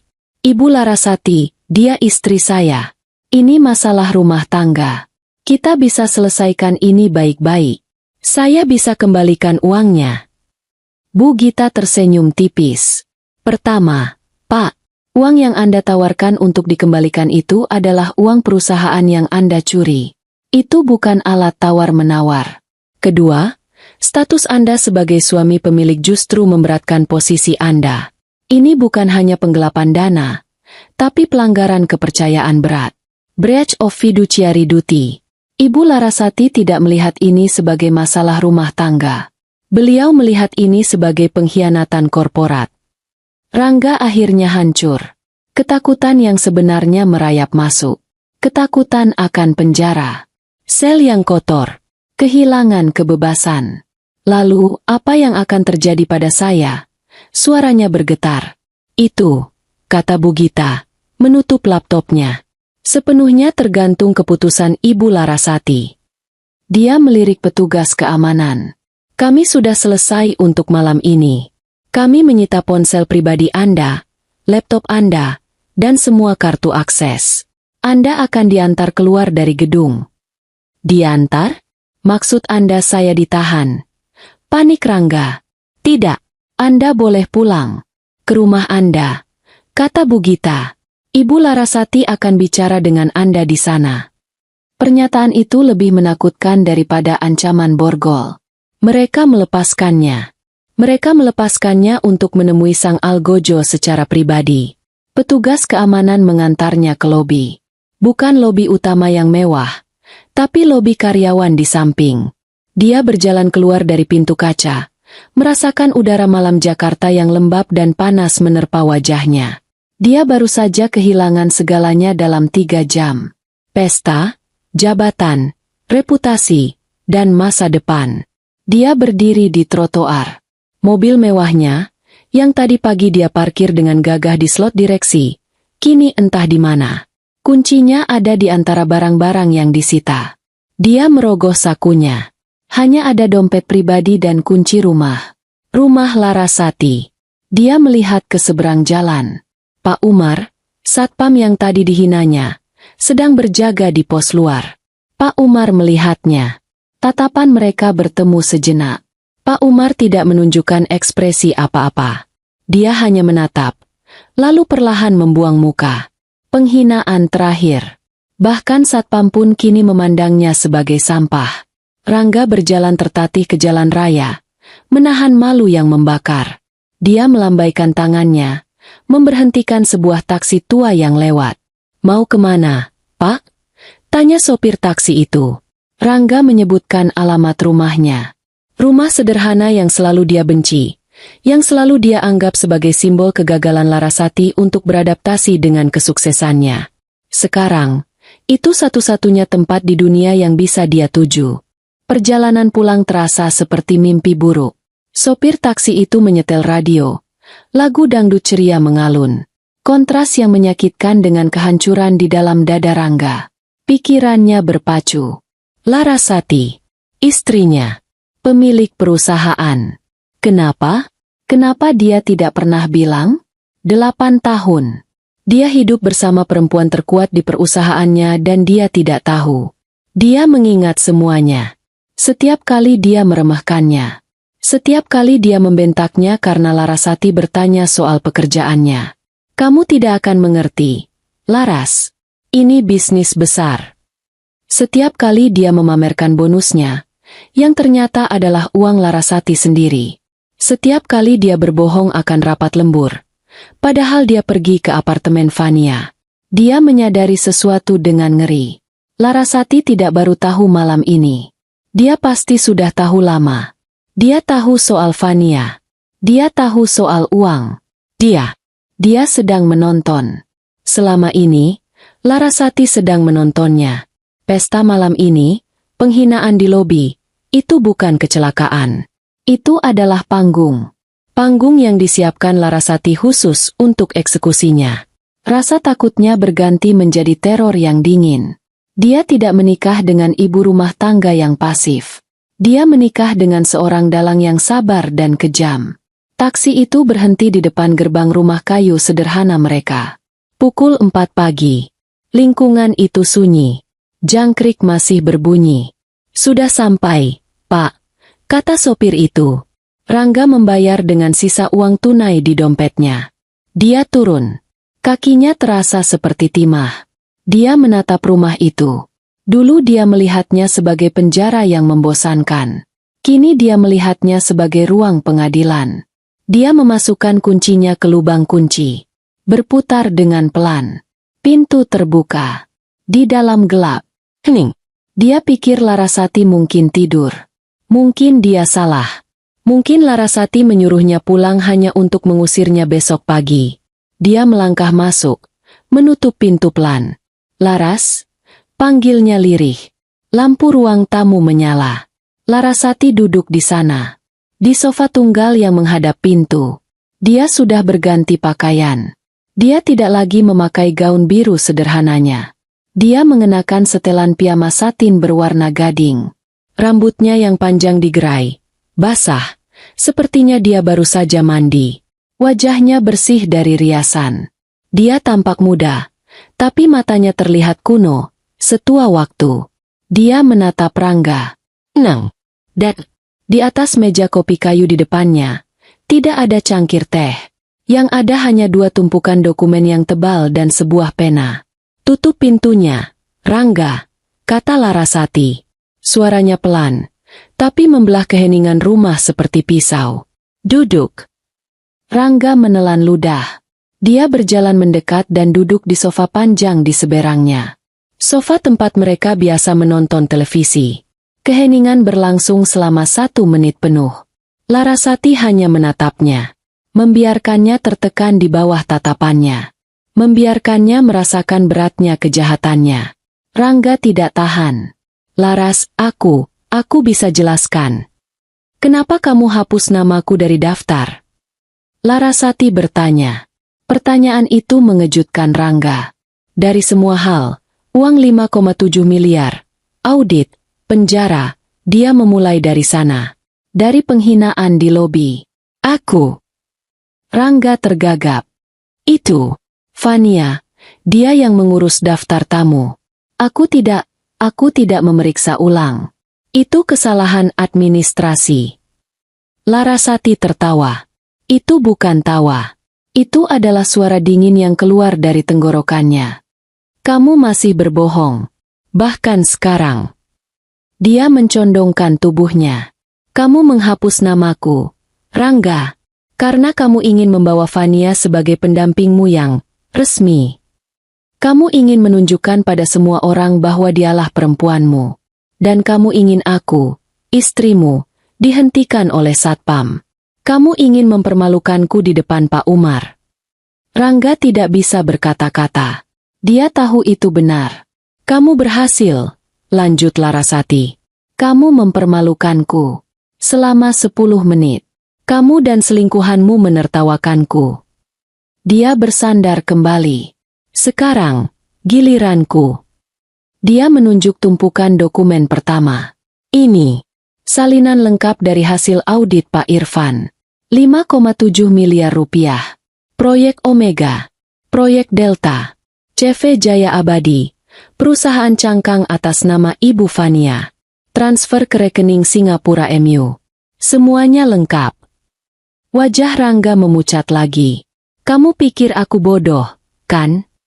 Larasati bertanya. Suaranya tetap pelan. 8 tahun kamu hidup denganku. Kamu pikir aku hanya ibu rumah tangga yang menghabiskan uangmu. Kamu tidak tahu, uang yang kamu habiskan itu adalah uangku. Mata Rangga membelalak ngeri. Ya, Rangga, perusahaan itu peninggalan ayahku. Aku adalah investor misterius yang selalu kamu bicarakan. Aku yang menempatkan Bagas di sana. Aku yang menyetujui promosimu dari manajer menjadi direktur. Aku memberimu tali yang sangat panjang. Aku ingin melihat apa yang akan kamu lakukan dengannya. Dia tersenyum getir. Aku ingin tahu, apakah pria yang kunikahi masih ada di dalam sana? Pria sederhana yang ambisius tapi jujur. Ternyata tidak. Pria itu sudah lama mati. Yang tersisa hanyalah pencuri serakah yang sombong. Aku sudah tahu soal Fania sejak 6 bulan lalu, kata Larasati. Aku sudah tahu soal penggelapan dana ini sejak 3 bulan lalu. Aku mengumpulkan semuanya. Rangga, setiap bukti transfer, setiap rekaman CCTV kamu masuk ke apartemennya di jam kerja, setiap tagihan kartu kredit. Laras, kenapa? Bisir Rangga. Kenapa? Larasati menatapnya tajam. Karena kamu menghina peninggalan ayahku. Kamu boleh menghinaku. Kamu boleh berselingkuh di belakangku. Itu menyakitkan, ya, sebagai seorang istri. Tapi saat kamu mencuri dari perusahaan yang dibangun ayahku dengan keringat dan darahnya, saat itulah kamu menjadi musuhku. Pesta malam ini, katanya, adalah babak terakhir. Aku harus melihatnya dengan mata kepalaku sendiri. Dan kamu, dengan kebodohan dan kesombonganmu, kamu memberikan pertunjukan yang luar biasa. Kamu menertawakanku. Kamu menyuruhku pergi ke basement. Kamu, seekor tikus, mencoba mengusir pemilik rumah. Rangga menundukkan kepalanya. Dia hancur. Bukan hanya karena ketahuan, tapi karena realisasi bahwa dia tidak pernah pintar. Dia tidak pernah hebat. Dia hanyalah mainan dalam sebuah eksperimen yang gagal. Seluruh kesuksesannya adalah ilusi yang diberikan Larasati. Dan dia telah gagal total. Keheningan di ruang tamu itu terasa berat, menekan dada Rangga hingga sesak. Pengakuan Larasati menghantamnya lebih keras daripada bukti audit. Uang bisa dicari, jabatan bisa hilang. Tapi fakta bahwa seluruh identitas profesionalnya selama ini adalah sebuah pemberian, sebuah tes yang dia gagal dengan memalukan, adalah kehancuran yang tak terpulihkan. Pria yang dia banggakan di cermin setiap pagi ternyata hanyalah seorang penipu yang hidup dari belas kasihan istrinya. Dia menatap perempuan di depannya. Ini bukan Larasati yang dia kenal. Ini bukan istri pendiam yang menyiapkan kopinya dan menyetrika kemejanya. Ini adalah seorang ratu. Seorang hakim. Dan dia baru saja menjatuhkan palunya. Laras. Suaranya pecah, berubah menjadi bisikan putus asa. Maafkan aku. Rangga tidak tahu apa lagi yang harus dilakukan. Logika, kemarahan, penyangkalan, semuanya sudah tidak berguna. Yang tersisa hanyalah memohon. Dia menggeser tubuhnya dari sofa, menjatuhkan dirinya ke lantai. Dia berlutut di depan Larasati. Laras, aku mohon, maafkan aku. Dia menangis. Air mata yang tulus karena teror mengalir di pipinya. Aku hilaf. Laras. Aku dibutakan oleh Fania. Dia yang merayuku. Dia yang terus memintaku uang. Dia yang mengusulkan cara itu. Aku terjebak. Aku. Larasati menatap suaminya yang bersujud di kakinya. Pria yang dulu gagah, yang dulu dia cintai, kini berlutut seperti pengecut, menangis dan menyalahkan perempuan lain atas kejahatannya sendiri. Jika ada sisa cinta atau iba di hatinya, pemandangan itu mematikannya seketika. Dia merasakan gelombang rasa jijik. Dia menarik kakinya perlahan dari jangkauan tangan Rangga yang gemetar. Cinta. Larasati mendengus. Kamu berani bicara soal cinta? Kamu tidak tahu arti kata itu. Kamu cinta pada jabatanmu. Kamu cinta pada uangku. Yang kamu pikir adalah uangmu. Kamu cinta pada kekuasaan yang aku pinjamkan padamu. Dan kamu terlalu bodoh dan serakah untuk menyadarinya. Jangan penjarakan aku, Laras. Rangga terisak, kini memegangi ujung meja kopi. Aku mohon, pikirkan 8 tahun pernikahan kita. Pikirkan nama baik keluarga. Pikirkan almarhum ayah dan ibumu. Itu adalah kesalahan fatal. Wajah Larasati yang tenang seketika mengeras menjadi baja. Jangan sebut nama mereka, desisnya. Suaranya turun 1 oktav, penuh dengan racun yang dingin. Jangan pernah berani menyebut nama ayah dan ibuku dengan mulut kotormu itu. Mereka membangun perusahaan itu dengan kejujuran. Kamu meludahinya setiap hari selama 2 tahun terakhir. Kamu tidak pantas menyebut nama mereka. Larasati berdiri. Gerakannya anggun, tapi penuh dengan energi yang mengancam. Rangga, yang masih di lantai, tersentak mundur sedikit. Berdiri, Rangga. Perintahnya. Aku tidak sedang bicara dengan suamiku. Aku sedang bicara dengan seorang kriminal. Berdirilah. Jadilah pria setidaknya untuk 5 menit terakhir dalam hidupmu di rumah ini. Rangga gemetar. Dia menggunakan sofa untuk menopang dirinya berdiri. Kakinya lemas. Dia merasa seperti terdakwa yang menunggu vonis. Larasati kembali ke meja kopi.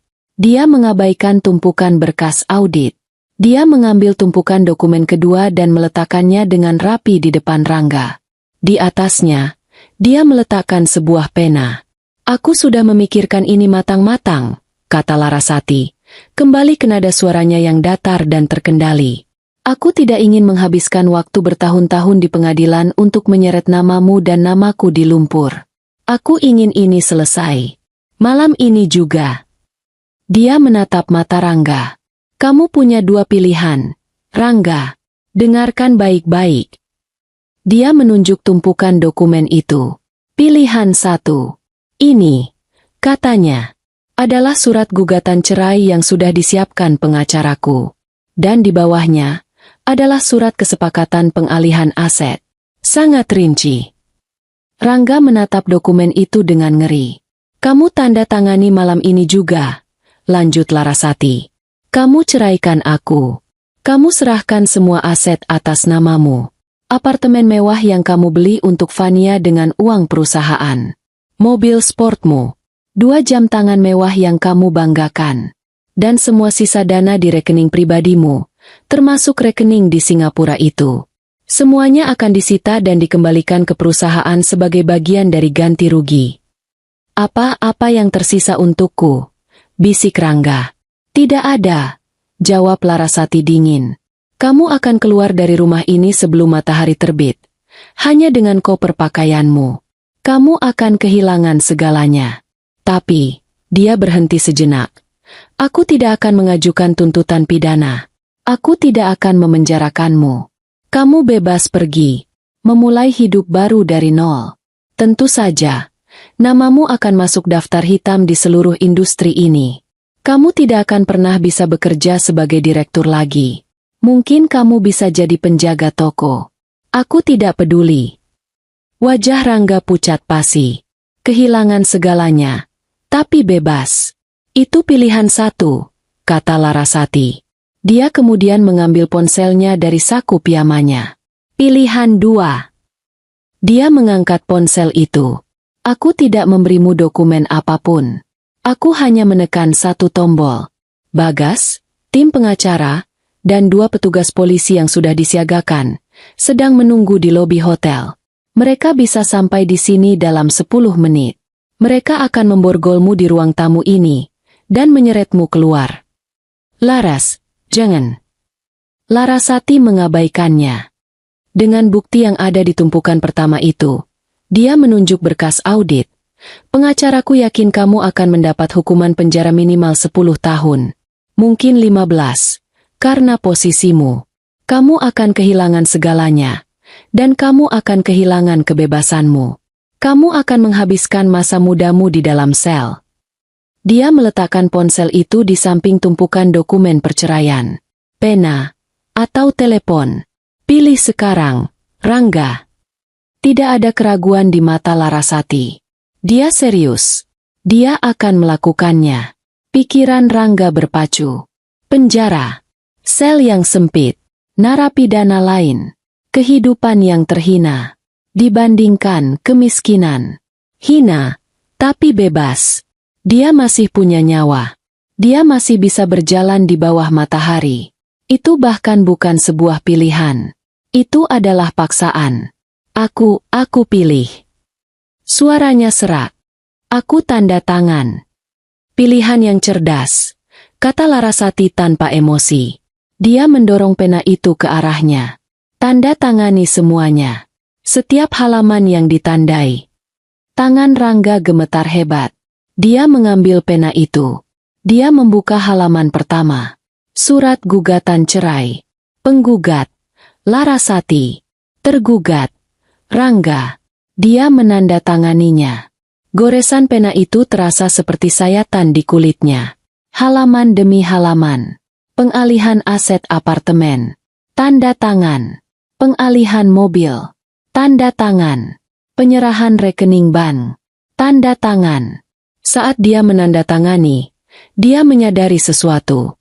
Dokumen-dokumen ini disiapkan dengan sangat matang. Tanggalnya bahkan sudah diketik. Hanya tinggal diisi hari ini. Ini bukan pekerjaan satu malam. Larasati telah merencanakan kejatuhannya selama berminggu-minggu, mungkin berbulan-bulan. Pesta malam ini hanyalah pemicu terakhir yang dia tunggu. Dia telah kalah jauh sebelum perang dimulai. Setelah 10 menit, dia selesai. Dia meletakkan pena itu. Habis sudah. 8 tahun kesuksesan palsu, lenyap dalam 10 menit. Dia terduduk lemas di sofa. Bagaimana dengan Fania? Tanyanya pelan. Bukan karena dia peduli pada perempuan itu, tapi karena dia butuh seseorang untuk disalahkan. Apa dia juga bebas? Larasati tersenyum tipis. Itu adalah senyum pertama yang dilihat Rangga malam itu. Dan itu adalah hal paling menakutkan yang pernah dia saksikan. Fania, kata Larasati. Ah, ya. Si pendampingmu. Jangan khawatir soal Fania. Larasati mengambil ponselnya. Selama kamu diinterogasi Pak Irfan di ruang kencana, Fania berada di ruang rapat mawar. Bersama Bu Gita. Larasati menceritakannya dengan nada santai, seolah sedang melaporkan cuaca. Fania tidak sekuat dirimu, Rangga. Dia menangis. Dia histeris. Dia langsung menyalahkanmu atas segalanya. Ini semua ide Pak Rangga. Saya hanya disuruh. Saya takut dipecat. Saya korban. Narator di kepala Larasati memutar adegan itu. Fania, dengan riasan luntur, memohon di depan Bu Gita yang berwajah dingin. Saya akan lakukan apa saja. Jangan penjarakan saya. Bu Gita, atas instruksi Larasati, memberinya tawaran. Perusahaan mungkin akan mempertimbangkan untuk tidak menuntut Anda secara pidana. Dengan syarat. 1. Anda tulis pengakuan penuh, sejujur-jujurnya, tentang peran Anda dan peran Pak Rangga. 2. Anda kembalikan semua yang dia berikan pada Anda. Apartemen, mobil, perhiasan. Tentu saja, lanjut Larasati, menatap Rangga. Fania langsung setuju. Dia menandatangani surat pengakuan setebal 5 halaman, yang pada dasarnya menyalahkanmu atas segalanya. Dia bahkan memberitahu kami soal rekening Singapura MU, yang awalnya tidak kami tahu. Dia mengkhianatimu dalam waktu kurang dari 1 jam untuk menyelamatkan kulitnya sendiri. Itulah perempuan yang kamu pilih untuk menghinaku. Rangga hanya bisa menunduk. Dikhianati oleh istri dan selingkuhannya dalam malam yang sama. Jadi, Fania dipecat tanpa pesangon, simpul Larasati. Dan semua aset yang kamu berikan padanya disita. Dia bebas, sama sepertimu. Tapi dia tidak punya apa-apa, sama sepertimu. Larasati mengambil tumpukan dokumen yang sudah ditandatangani Rangga. Dia menepuk-nepuknya hingga rapi. Dia telah memenangkan perang tanpa satu pun peluru. Sudah selesai, katanya. Dia menatap Rangga. Tatapannya kini kosong. Tidak ada lagi amarah. Hanya urusan yang sudah selesai. Sekarang, ambil barang-barangmu. Barang apa? Pakaianmu. Ambil 1 koper. Bawa apa yang bisa kamu bawa dalam 15 menit. Dia melirik jam di dinding. Saat matahari terbit, aku tidak ingin melihat wajahmu lagi di rumah ini. Laras, ini jam 4 pagi, kemana aku harus pergi? Bisik Rangga, sebuah permohonan terakhir. Larasati menatapnya, seolah dia adalah orang asing yang menanyakan arah. Aku tidak peduli, katanya. Itu bukan lagi masalahku. Rangga menatapnya untuk terakhir kali. Perempuan yang dia anggap remeh. Perempuan yang memiliki segalanya. Perempuan yang baru saja mengambil segalanya darinya. Dengan langkah berat, Rangga berjalan ke kamar tidur mereka. Kamar tidur sederhana yang dulu dia benci. Dia mengambil koper kabin dari dalam lemari. Dia membuka lemari pakaiannya, yang penuh dengan setelan jas mahal, kemeja sutra, dan jam tangan. Dia sadar, semua itu bukan lagi miliknya. Dia hanya mengambil beberapa kaos, celana jeans, dan pakaian dalam. Barang-barang lamanya, sebelum dia menjadi Direktur Rangga. 15 menit kemudian, dia menyeret koper kecil itu kembali ke ruang tamu. Larasati sedang berdiri di dekat jendela, membelakanginya, menatap fajar yang mulai menyingsing di ufuk timur. Dia sedang menelepon Bagas. Ya, Bagas sudah selesai. Semuanya sudah ditandatangani. Ya, kirim kurir mengambil dokumennya jam 6 pagi. Dan tolong siapkan rapat dewan darurat jam 9. Aku akan hadir. Ya, secara pribadi. Dia menutup teleponnya dan berbalik. Dia melihat Rangga dan kopernya. Dia tidak mengatakan apa-apa. Dia hanya berjalan ke pintu depan dan membukanya untuknya. Udara pagi yang sejuk masuk. Rangga berjalan melewatinya. Dia berhenti sejenak di ambang pintu, mengharapkan sesuatu. Entah kata makian terakhir, atau mungkin setitik penyesalan. Dia tidak mendapatkan apa-apa. Larasati hanya menatapnya dengan tatapan kosong. Rangga melangkah keluar dari rumah itu. Dia berjalan menyusuri jalan setapak kecil. Di belakangnya, dia mendengar suara pintu depan ditutup. Pelan, tapi tegas. Klik. Dia berdiri sendirian di jalan yang sepi, dengan satu koper kecil di sisinya. Fajar mulai menyingsing, mewarnai langit Jakarta dengan warna oranye dan ungu. Indah. Tapi bagi Rangga, itu adalah fajar dari kehidupan barunya yang hancur. Dia tidak punya apa-apa. Dia bukan siapa-siapa. Dia telah kehilangan segalanya. 1 tahun, 365 hari. Waktu yang terasa seperti seumur hidup dan sekejap mata sekaligus. Di ruang rapat dewan direksi di lantai 40 gedung perusahaan, Larasati duduk di ujung meja. Ini bukan meja biasa. Ini adalah meja mahoni solid yang dipesan khusus oleh ayahnya 20 tahun lalu. Meja yang sama di mana ayahnya membangun kerajaan ini. Di dinding di belakangnya, tergantung potret cat minyak ayahnya. Seorang pria dengan tatapan tajam namun senyum bijaksana. Dulu, Larasati selalu merasa kecil di bawah tatapan itu. Sekarang, dia merasa sejajar. Larasati yang duduk di kursi itu hari ini adalah perempuan yang sama sekali berbeda dari perempuan yang berdiri gemetar menahan hinaan di lobi hotel setahun yang lalu. Rambutnya, yang dulu hanya diikat ekor kuda seadanya, kini dipotong model bob sebahu yang presisi, membingkai wajahnya yang kini selalu terpoles riasan profesional yang tipis namun tegas. Dia tidak lagi memakai gaun biru sederhana. Hari ini, dia mengenakan setelan celana berwarna ivory yang dijahit khusus, blus sutra di dalamnya berwarna biru safir, warna yang mengingatkannya pada gaun malam itu, sebuah pengingat pribadi akan apa yang telah dia lalui. Di pergelangan tangannya, melingkar jam tangan wanita yang elegan, bukan penanda kemewahan, tapi penanda otoritas. Matanya, yang dulu sering menunduk pasif, kini menatap lurus, tajam, dan analitis. Di sekeliling meja, duduk 12 anggota dewan lainnya. Beberapa adalah wajah-wajah lama, sekutu ayahnya yang Larasati panggil Om saat kecil, yang kini menatapnya dengan rasa hormat yang baru. Beberapa lagi adalah wajah-wajah baru, para profesional muda dan brilian yang dia rekrut sendiri setelah membersihkan perusahaan dari sisa-sisa kroni Rangga. Di sebelah kanannya, seperti biasa, duduk Bagas. Posisinya sebagai CEO tetap kokoh, Namun kini dia tidak lagi melapor pada investor anonim. Dia melapor pada perempuan di sebelahnya. Dan kemitraan mereka berjalan mulus. Laporan kuartal ketiga sangat memuaskan. Bagas. Larasati memulai rapat. Suaranya tenang, jelas, dan memenuhi ruangan tanpa perlu berteriak. Pertumbuhan 12% di divisi teknologi baru melampaui ekspektasi. Saya ucapkan selamat kepada seluruh tim. Bagas mengangguk. Terima kasih, Bu. Ini semua berkat arahan Ibu untuk memfokuskan kembali anggaran riset dan pengembangan. Di seberang meja, Dion, direktur pemasaran yang dulu menyeringai pada Rangga, berdeham. Dion adalah salah satu yang selamat dari pembersihan. Dia pintar dan oportunis.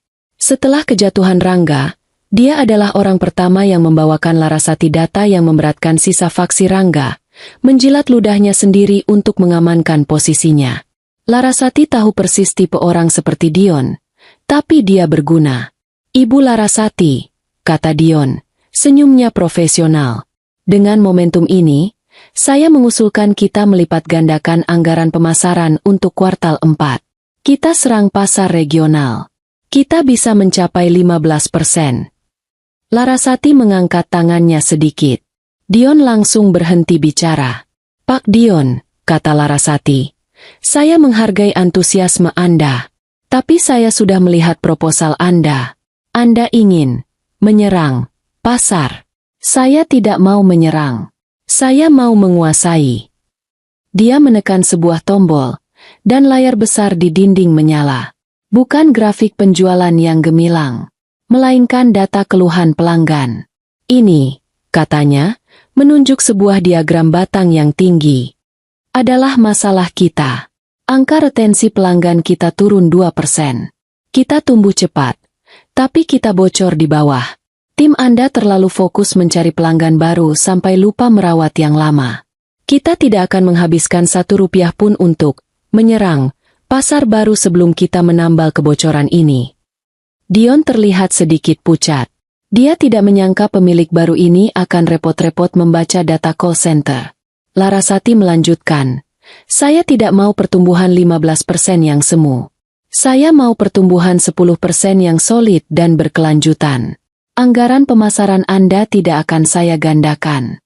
Anggaran itu akan saya alihkan ke divisi layanan pelanggan untuk pelatihan dan penambahan sistem baru. Anda, dia menatap Dion tajam, akan bekerja sama dengan mereka. Buat kampanye untuk pelanggan lama kita. Saya mau angka retensi itu kembali naik sebelum rapat kuartal berikutnya. Paham? Keheningan di ruangan itu menegaskan otoritasnya. Dion, si direktur angkuh, hanya bisa menunduk. Paham, Bu. Akan saya laksanakan. Bagas memandangnya dari samping dengan kekaguman yang tersembunyi. Setahun ini adalah sebuah transformasi. Awalnya, Larasati memintanya untuk tetap memimpin rapat. Sementara Larasati hanya akan duduk dan mengamati. Selama sebulan pertama, dia adalah bayangan di ruang rapat. Dia membaca setiap dokumen, setiap laporan, setiap email dari 5 tahun terakhir. Dia mempelajari bisnis ayahnya dari nol, dengan kecepatan yang mengerikan. Di bulan kedua, dia mulai bertanya. Pertanyaan-pertanyaannya tajam, langsung ke intinya. Di bulan ketiga, dia mulai memberi perintah. Dan di bulan keempat, dia mengambil alih kursi di ujung meja itu. Dia tidak memerintah dengan amarah atau ketakutan, seperti yang Rangga coba lakukan. Dia memerintah dengan data, logika, dan kejelasan visi yang absolut. Orang-orang mengikutinya bukan karena mereka takut, tapi karena mereka tahu dia benar. Perusahaan, yang sempat goyah karena skandal Rangga, kini lebih kuat, lebih bersih, dan lebih menguntungkan daripada sebelumnya. Dia telah memotong semua lemak, semua proyek fiktif, semua pemborosan yang ditoleransi Rangga. Dia menjalankan warisan ayahnya dengan presisi seorang ahli bedah. Bagi Larasati sendiri, setahun ini adalah kebangkitan. Dia menjual rumah kayu sederhana itu. Rumah itu menyimpan terlalu banyak kenangan tentang perempuan yang bukan lagi dirinya.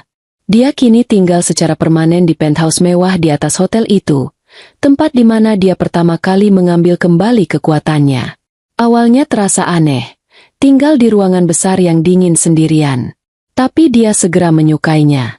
Keheningan itu bukan lagi kesepian, itu adalah kedamaian.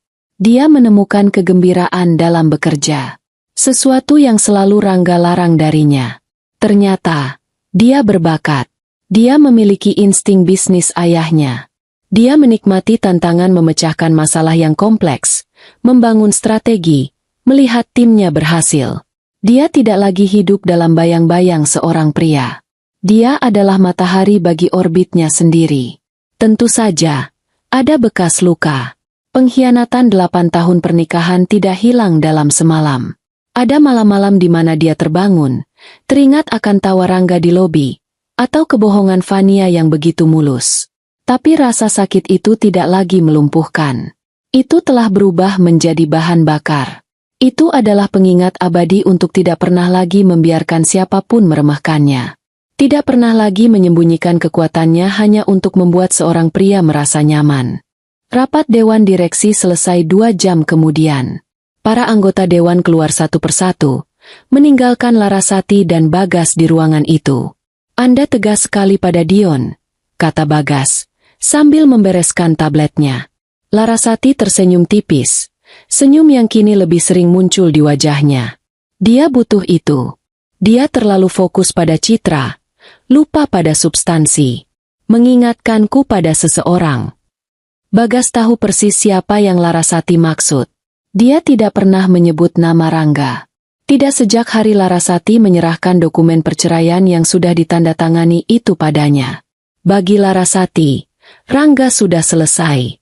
Dia adalah bab yang sudah ditutup, buku yang sudah dibuang. Makan siang? Tanya Bagas. Restoran di Mezzanine Hotel baru saja meluncurkan menu baru. Manajer hotel terus bertanya kapan Anda ada waktu untuk mencobanya. Larasati melihat jam tangannya. Pukul 12 siang. Kenapa tidak? Katanya, berdiri. Kerja keras harus diimbangi makan enak. Dia berjalan keluar dari ruang rapat itu. Bagas mengikutinya. Saat dia melewati potret ayahnya, dia berhenti sejenak. Dia merasa ayahnya tersenyum padanya. Dia bukan lagi hanya pewaris. Dia adalah penerus. Dia meluruskan jasnya dan berjalan menuju lift, menuju hotel yang setahun lalu menjadi saksi penghinaan terbesarnya, dan kini menjadi simbol kemenangannya. Restoran di lantai Mezzanine Hotel itu adalah puncak kemewahan yang tenang. Dengan jendela kaca raksasa dari lantai ke langit-langit, para tamu bisa bersantap sambil memandang ke bawah, ke lobi utama hotel yang megah. Karpetnya tebal, meredam setiap langkah. Denting sendok perak dan obrolan pelan menjadi musik latar. Begitu Larasati dan Bagas melangkah keluar dari lift pribadi yang membawa mereka langsung ke restoran, manajer umum hotel, seorang pria Prancis yang kaku bernama Tuan Dubois, langsung menyambut mereka dengan senyum lebar dan bungkukan hormat. Ibu Larasati, sungguh suatu kehormatan, katanya dengan aksen kental. Meja terbaik sudah kami siapkan untuk Anda. Tepat di dekat jendela. Seperti yang Anda suka. Terima kasih, Tuan Dubois, kata Larasati. Suaranya ramah namun menjaga jarak. Mereka diantar ke meja di sudut, memberikan pemandangan paling sempurna ke seluruh lobi di bawah. Setahun yang lalu, Larasati berdiri di sana, di depan meja registrasi, diusir seperti pengemis. Hari ini, dia duduk di atas mereka, menatap ke bawah seperti seorang ratu. Ironi itu tidak luput darinya. Mereka memesan makanan. Bagas mengangkat gelas air putihnya. Untuk kuartal yang sukses, katanya. Untuk kuartal yang sukses, Larasati mengulang, mendentingkan gelasnya. Mereka mulai makan, mengobrol ringan tentang tren pasar global dan rencana liburan akhir tahun Bagas. Larasati merasa rileks. Ini adalah kehidupannya sekarang. Penuh tantangan. Tapi memuaskan. Di tengah-tengah obrolan mereka, tatapan Larasati tanpa sengaja tertarik pada pergerakan di lobi di bawah. Ada sedikit keributan di dekat pilar marmer besar, tidak jauh dari pintu masuk toilet umum. Seorang supervisor housekeeping yang bertubuh gempal tampak sedang memarahi seorang petugas kebersihan. Supervisor itu menunjuk-nunjuk ke lantai dengan marah, sementara si petugas kebersihan hanya berdiri menunduk, bahunya terguncang. Petugas kebersihan itu mengenakan seragam biru pudar yang kebesaran. Rambutnya, yang dulu pirang berkilau dan selalu ditata sempurna, kini berwarna coklat kusam dan diikat berantakan di bawah topi seragam. Bahkan dari kejauhan, Larasati bisa melihat betapa kurus dan lelahnya perempuan itu. Lalu, perempuan itu mengangkat wajahnya sejenak untuk bergumam meminta maaf. Jantung Larasati tidak berdebar. Dia hanya merasa sedikit terkejut. Itu Vania. Narator yang serba tahu itu melayang turun sejenak, masuk ke dalam pikiran Vania. Hidup Vania adalah neraka. Setelah dipecat dan dipermalukan, dia pikir dia bisa dengan mudah mendapatkan pekerjaan baru. Dia masih muda, dia cantik, tapi dia salah. Skandal itu menyebar. Reputasinya hancur. Tidak ada perusahaan terkemuka yang mau menyentuhnya. Dia bukan lagi Vania si sekretaris direktur yang glamor. Dia adalah Vania si simpanan pencuri. Apartemen dan mobilnya disita oleh tim hukum Larasati. Uang di rekeningnya dibekukan. Ibu kandungnya, yang namanya terseret karena perusahaan cangkang itu, kini membencinya. Dia diusir dari rumah. Dia mencoba melamar pekerjaan sebagai resepsionis, tapi penampilannya yang kusam karena stres dan kurang gizi tidak lagi menarik. Setelah berbulan-bulan menganggur dan terlilit utang, satu-satunya pekerjaan yang bisa dia dapatkan adalah sebagai petugas kebersihan. Dan takdir, dalam kekejamannya yang puitis, menempatkannya di hotel yang sama tempat dia merayakan kemenangannya. Setiap hari, dia harus membersihkan toilet yang digunakan oleh orang-orang yang dulu dia anggap setara. Dia menggosok lantai marmer yang dulu dia injak dengan sepatu hak tinggi mahalnya. Supervisornya membentaknya lagi. Jangan menangis. Cepat ambil pelmu. Lantai lobi ini harus mengkilap sebelum rombongan tamu dari kedutaan datang. Malas sekali kamu. Vania mengangguk, mengusap air matanya dengan punggung tangannya yang kini kasar dan kapalan. Dia berbalik, menyeret ember pelnya yang berat. Larasati, dari atas, memandangi semua itu. Dia tidak merasakan iba. Dia juga tidak merasakan kemarahan. Dia hanya merasakan keadilan. Vania ingin sekali berada di hotel mewah ini, ingin menjadi bagian dari dunia ini. Sekarang dia mendapatkannya. Dia menjadi bagian dari fondasi tak terlihat yang membuat kemewahan itu tetap berjalan. Dia adalah kotoran di bawah sepatu para tamu. Larasati baru saja akan mengalihkan pandangannya kembali ke Bagas, ketika pemandangan lain di pintu masuk utama menarik perhatiannya. Sebuah mobil sport hitam mengkilap, model terbaru, berhenti dengan mulus di bawah kanopi lobi. Pintu lobi berputar, dan seorang pria bergegas keluar. Bukan tamu. Dia mengenakan seragam valet parking berwarna merah marun dan emas yang norak, sedikit terlalu ketat di badan. Pria itu berlari kecil, membukakan pintu mobil untuk pengemudinya. Pengemudinya adalah seorang pria muda yang tampak seusia Rangga, mengenakan setelan mahal. Si valet membungkuk dalam-dalam. Selamat siang, Tuan. Selamat datang di hotel kami. Larasati membeku. Dia mengenali suara itu. Dia mengenali postur itu, meskipun kini lebih kurus dan bungkuk. Itu Rangga. Narator yang serba tahu itu kini beralih ke Rangga. Jika hidup Vania adalah neraka, hidup Rangga adalah purgatorium tanpa akhir. Setelah malam itu, dia menjadi paria. Didepak dari rumah dengan satu koper. Dia mencoba menghubungi teman-temannya. Tidak ada yang mengangkat telepon. Berita kejatuhannya yang memalukan di pesta, dieksekusi di depan umum oleh istri yang ternyata adalah pemilik, adalah gosip terpanas di dunia korporat. Dia masuk daftar hitam. Bukan hanya di industri teknologi, tapi di semua industri. Nama, Rangga, identik dengan kebodohan, kesombongan, dan pengkhianatan. Tidak ada yang mau mempekerjakannya. Uangnya habis dalam beberapa minggu. Dia menjual pakaian bermereknya untuk makan. Dia pindah dari satu kos-kosan sempit ke kos-kosan lain yang lebih murah. Setelah setahun hidup menggelandang, dia berhasil mendapatkan pekerjaan. Satu-satunya pekerjaan yang mau menerimanya, Setelah dia memohon dan menggunakan nama palsu di lamarannya, namun harus menunjukkan KTP aslinya saat diterima.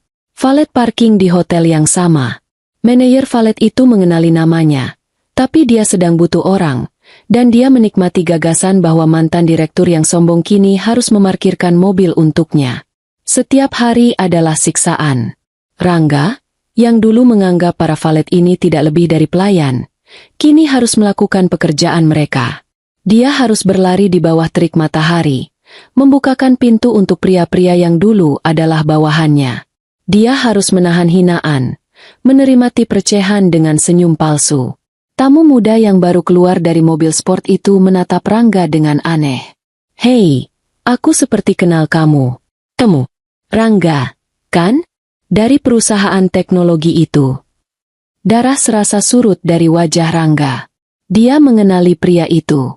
Seorang manajer junior dari perusahaan rekanan yang dulu sering dia bentak. Rangga memaksakan senyum. "Anda salah orang, Tuan. Nama saya Rian." Pria itu tertawa. Tidak.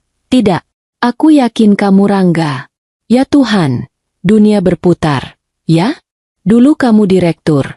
Sekarang kamu tukang parkirku." Pria itu jelas menikmati ini.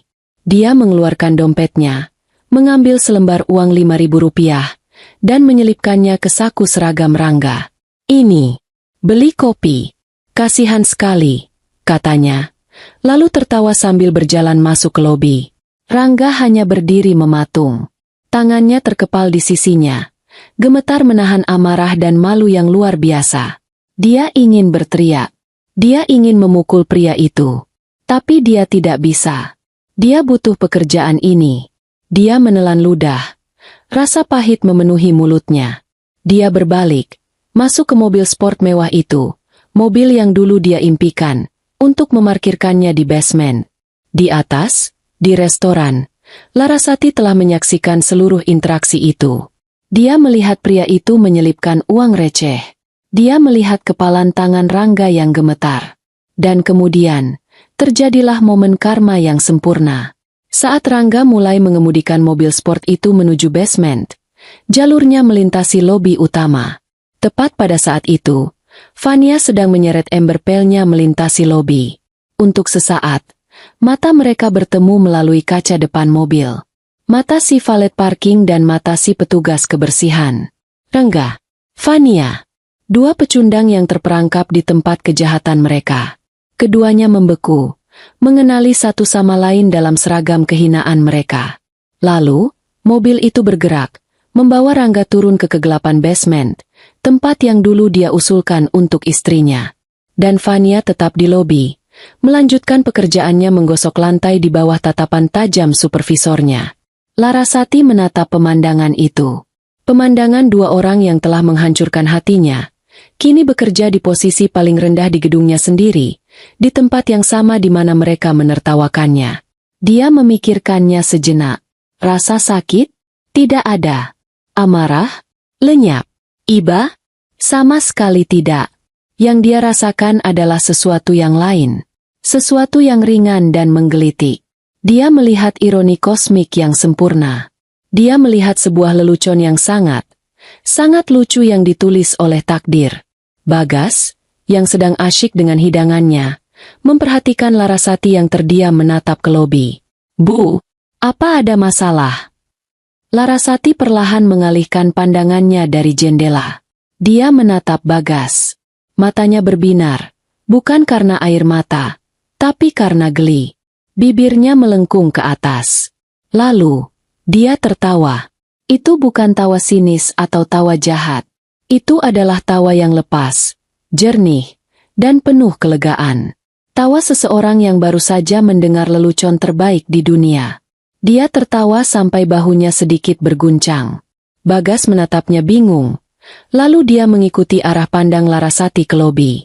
Dia tidak bisa melihat wajahnya, tapi dia melihat seragam valet dan seragam cleaning service itu. Dia tidak perlu bertanya. Dia mengerti.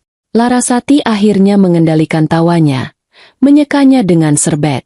Dia mengangkat gelasnya, yang kini berisi air soda dengan irisan lemon.